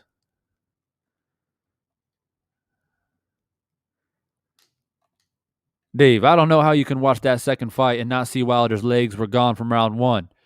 On that note, if you guys haven't seen me do my live stream a couple days ago about my film study on the second fight, put it on your to-do list right now, because I went live and I commentated, did a film study, and broke down the entire second fight. Literally the entire fight, to the point where PBC hit me up talking about I got to take it down because they didn't like what I was saying in the video. But it's still up. I told them, fair use and whatever have you. If you guys don't like it, you guys can take it down. Shit. But it's still up. So you better watch it until it's taken down. I'm going to show you guys exactly where it's at so you guys can find it. I have a playlist on my channel, guys, by the way. If you just go to playlist, it's all the live streams. And so, like I said, if you are curious to hear my thoughts about the second fight, every round, sitting on the stool, getting up off the stool, from the moment the bell rings until the towel is thrown in, I broke it down and I pointed out things that a lot of people never realized. They never thought about it. The second fight and all the controversy involved in that fight was much more than just some glove controversy or some weird weird body language by Mark Breland is way more than that. And I pointed it out. Like I said, from before the bell rang and how Wilder looked, okay, till the point when Breland threw in the towel. I broke it down in its entirety. So I'm going to share with you guys right now, if you haven't seen it yet, on where you guys can find it. All right. So if you go to my channel right here, if you go to playlist if you want, and you just go to live streams. That's where all my live streams are. All right. But on the home page is right here. Fury versus Wilder 2 film study. What went wrong for Wilder? 2.5 hours of me breaking down all the small, intricate, important details of what happened that night and why well, not necessarily why Wilder lost the fight. I did talk about that, but more so just pointing out things that explains more about why Wilder looked the way he did. So if you haven't watched it, it's right here. Make sure you hit it up.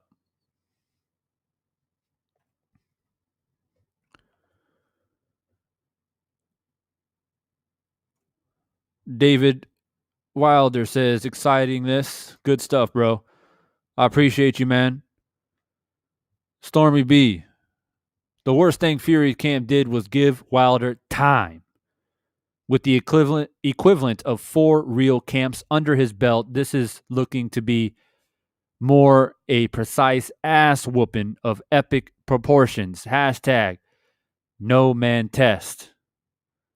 Facts. I've been telling people, man. I've been telling people, and I want to humbly remind people once again.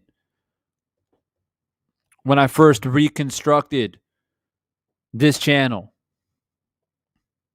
that's why it's called Divine Sense Reborn. Because I was reborn, resurrected, rose from the ashes like the phoenix. Because I felt like I needed to bring another voice. I want to let people know that the discredit and the disrespect of Wilder can no longer be tolerated. I couldn't take it anymore. This is how much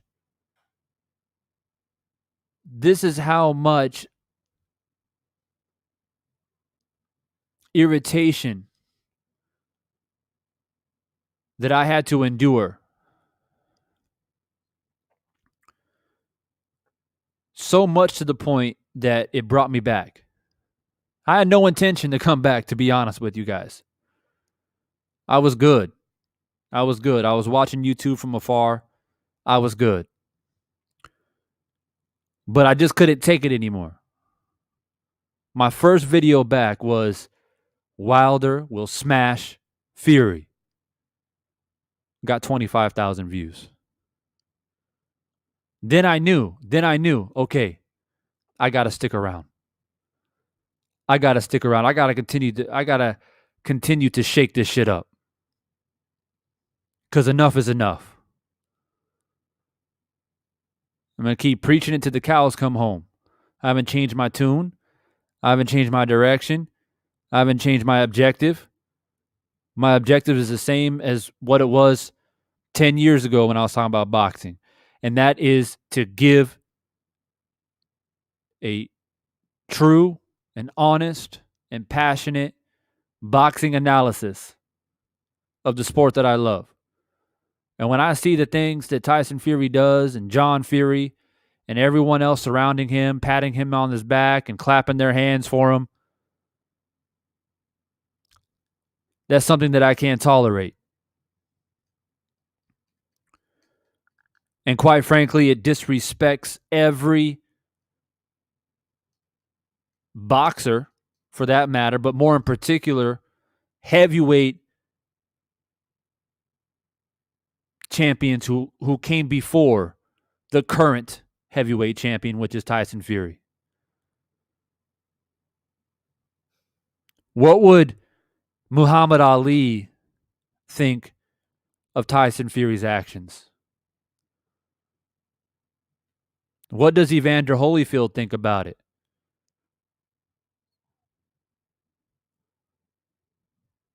What would Joe Louis think about it? What would Archie Moore think about it? You guys think about that for a moment. We're talking about men who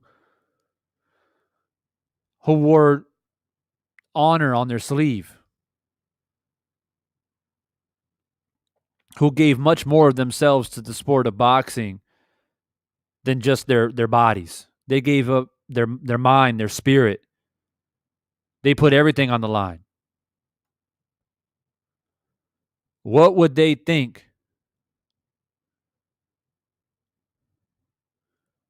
about how Tyson Fury is treating Deontay Wilder right now?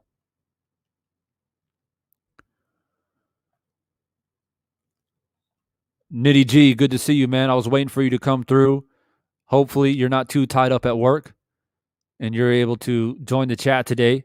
Always a pleasure to see you. Another official member of the channel. I always give my official members a real shout out of respect. If you guys would like to be an official member and show your support, you can either click the join button below this video, or you can simply go into the description box and click the link there, and you guys can join. It's only $2.99.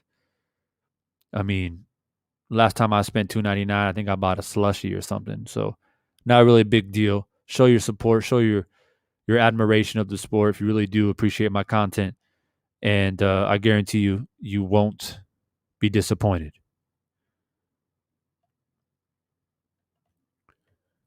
Fury holding the belt as long as he can because he has to fight Wilder, period, or retirement this time.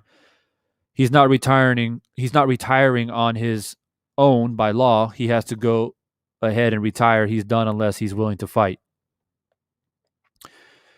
And that's what I tell people all the time. I think Stormy and I and Drew, we talked about this, that there's really no benefit for for Fury to not fight. Literally no benefit at all. Because if he figures out a way to get out of the fight, I fucked up my back in deadlifts. I got the Delta variant again. I fell in a ditch. Fucked up my ankle. Whatever it is, man. It doesn't matter. You don't fight on October 9th. You've already pushed back July 24th. There's too much money involved in this shit. Retire. You vacate the title. Done. The man's done. So what will end up happening is the title will be vacated. Wilder will fight somebody to reclaim that title. If Joshua gets past Usyk, which I think he will, then it's Joshua Wilder. And Joshua can't run either. Y'all can't run from Wilder. I ain't going to allow it. Divine Sense Boxing isn't going to allow it. It's either Fury or it's Joshua. We're going to have the undisputed heavyweight champion of the world back in America. Now let me see those fire emojis because I'm sick of this shit.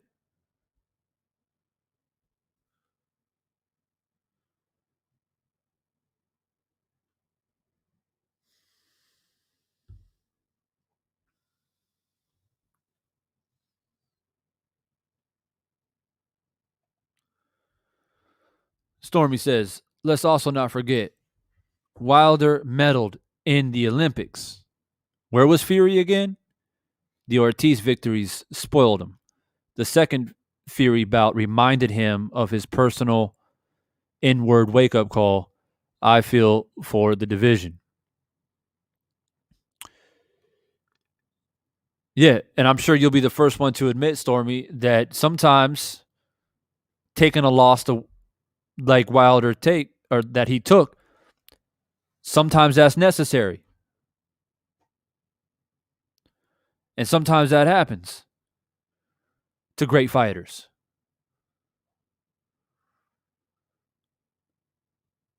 But best believe Wilder is cut from that cloth. He takes a devastating loss and he's going to bounce back and shock the world. You don't hear me stuttering. You don't hear me being hesitant. You don't hear me trying to make up some type of strange prediction because, I like Wilder so much. No. I'm real about this shit. Like, if you don't hear it in my voice, I don't know what to tell you. I'm real about this shit. Wilder about to shock the world. You know why? Not only because of all the things I've already mentioned in this live stream all morning about the actual stylistic viewpoint and how Wilder's going to improve and defeat Fury. I got a couple videos on it. You can go watch it. Where I purely talk about how Wilder's going to win the fight on a stylistic perspective. But beyond that, I've been around this shit too long, man. I know too much of the history of the sport. I ain't worried. I'm not worried at all. I've seen great fighters, either personally with my own eyes or have done my research of the history of the sport. And I've seen great fighters take devastating losses, bounce back, and shock the world. And it's going to happen again. History repeats itself. I ain't worried. And make sure you guys hit that like button and share it to your cousin, to your auntie, to your uncle, to your homie at work. Let them know that Divine Sense Boxing isn't worried. Deontay Wilder is going to win on October 9th. And if October 9th doesn't happen, that's fine. Then he's going to whoop Joshua's ass too. And whatever belt else is out there lingering, he's going to get that too. And he's going to be the undisputed heavyweight champion of the world. Because he's cut from that cloth. Joe Louis, Muhammad Ali,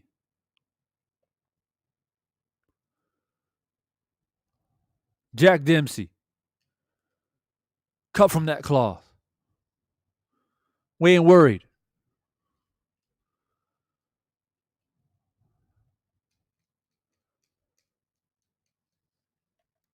And I'll tell you what.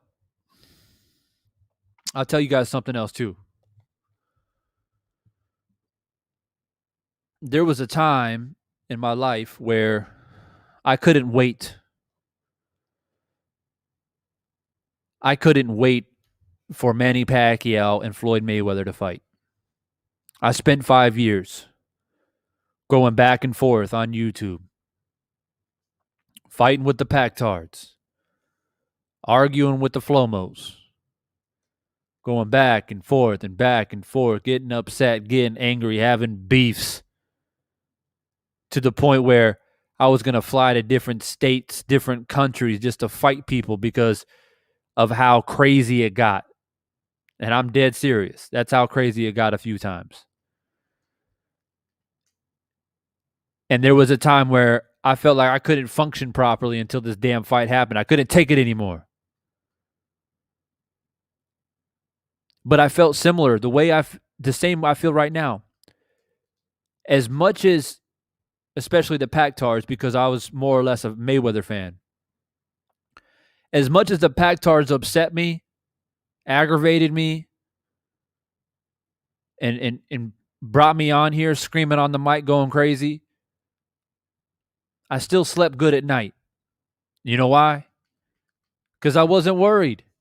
I wasn't worried for Floyd Mayweather. I ain't worried about no Pacquiao. As great of a fighter that he is, and I'm proud of him, and I give him his respect. He's going to be a future Hall of Famer. But I wasn't worried about no Pacquiao. I slept good at night. Just like I sleep good now. Because I ain't worried about Deontay Wilder. I'm worried. But it reminds me of that time where my irritation is starting to reach its peak. But I guess the difference is this time is I'm much more level-headed. I'm much more mature. And bygones be bygones. You know what I mean? If October 9th doesn't happen, then it is what it is. Joshua can get it next. Because you can't run from destiny. You can't change the course of destiny.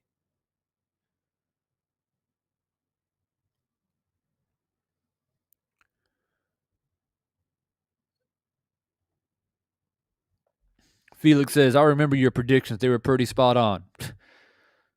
Very rare occasion where I got a prediction wrong.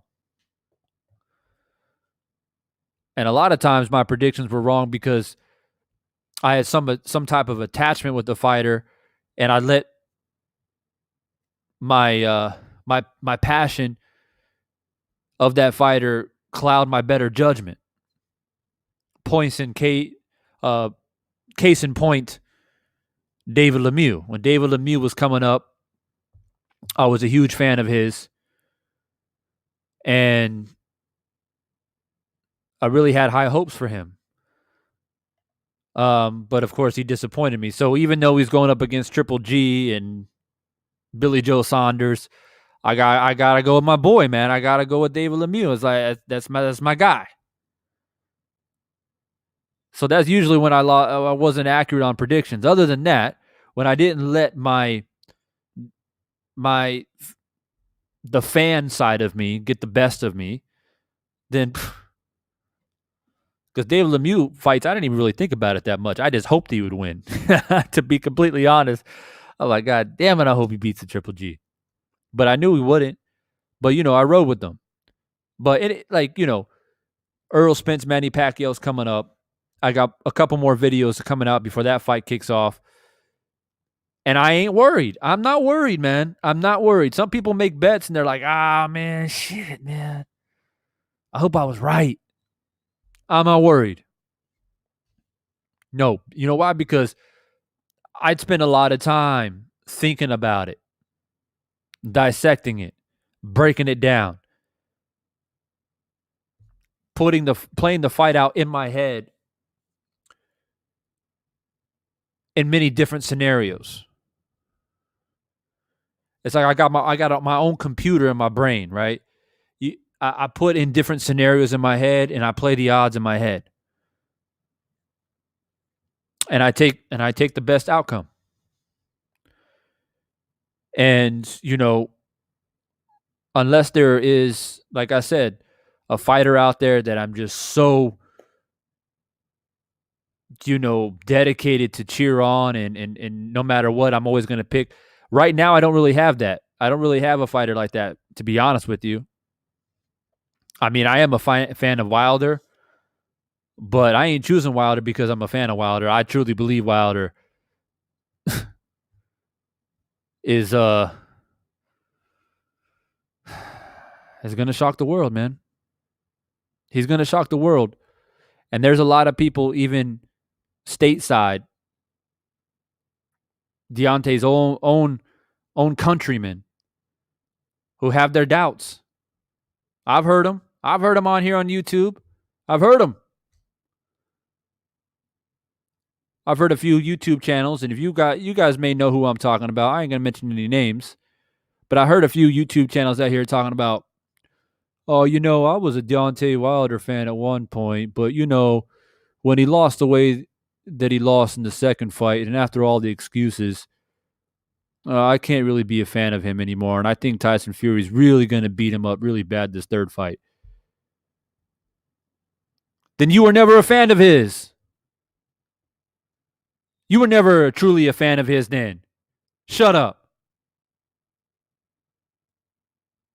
I used to be a fan. Shut up. I'm sick of these channels out here, man. Seriously. If it wasn't for Stormy and Drew, I'd probably be making videos about these channels already. Because I get to a point I can't take it.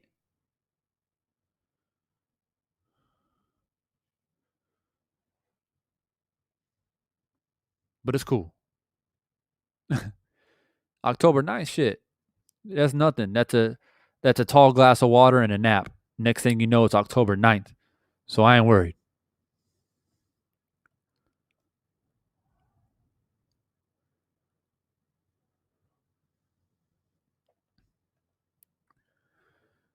Just real quickly, guys, I just want to ride through this real quick to show you. What am I doing? Okay, yeah. So basically, there's two ways to join the channel if you wish to do so to continue to support the channel. Is you can go to my channel right here. You see this thing that says join. Okay, you can click on that. It'll bring up a window, and then it'll just take you through the little process to be an official member of the channel. Another way, of course, is to just go to the video itself, and just right underneath the video should have that same icon of join, and then you click it, which is right here. So before we go, we're at 71 likes. I need 80 likes before I get up off this. So if you haven't clicked that like button yet, make sure you click the like button.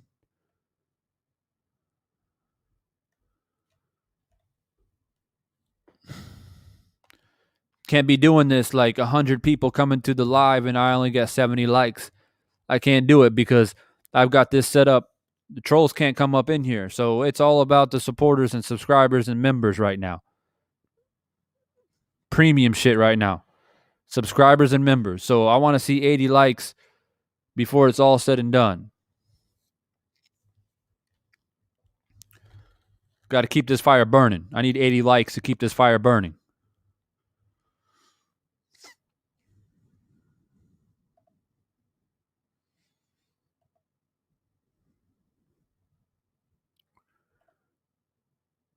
I'm going to double check the poll one more time.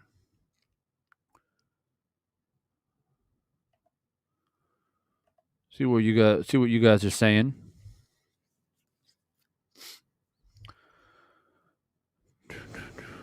All right, looks like people that are 50-50 is still on top, 42%. Most people feel 50-50 that the October 9th will happen. The October 9th date will happen. So that's what we're at. Seems about right.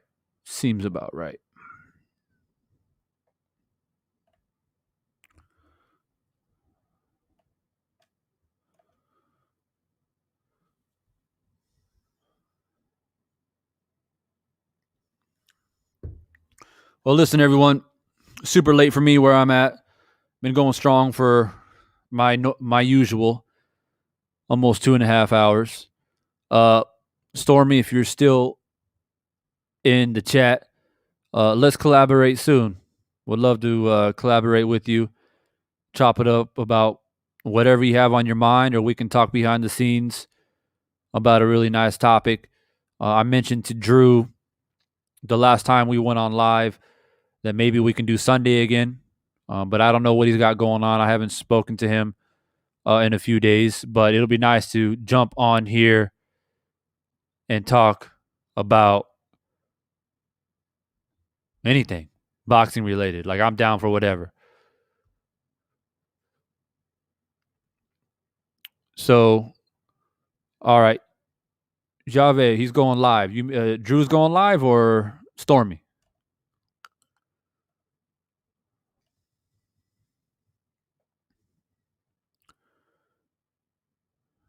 All right, I see Stormy going live. All right, cool. I'm going to jump over to Stormy's live feed right now because I think he's already jumped out. Yeah. All right, I'm going to head over there, guys. But in the meantime, man, I want to say thank you, and I appreciate all the people that came by, listened to the live stream today. We cooked it. We cooked it as always, and I plan to continue to cook it as we continue to inch closer to the fight. October 9th, I call that Judgment Day. October 9th is Judgment Day. We got Pacquiao Spence on deck coming up here in the next couple of weeks, and I got some more content coming out about that. So stay on the lookout. If you're not subscribed, subscribe. If you haven't hit that like button, hit that like button. And for all the super chats today, you guys have no idea how much it means to me. Every super chat goes a long way. All right, guys, I'll catch you guys on the next one. I'm going to go check Stormy. And, I'll be on here again soon. Peace.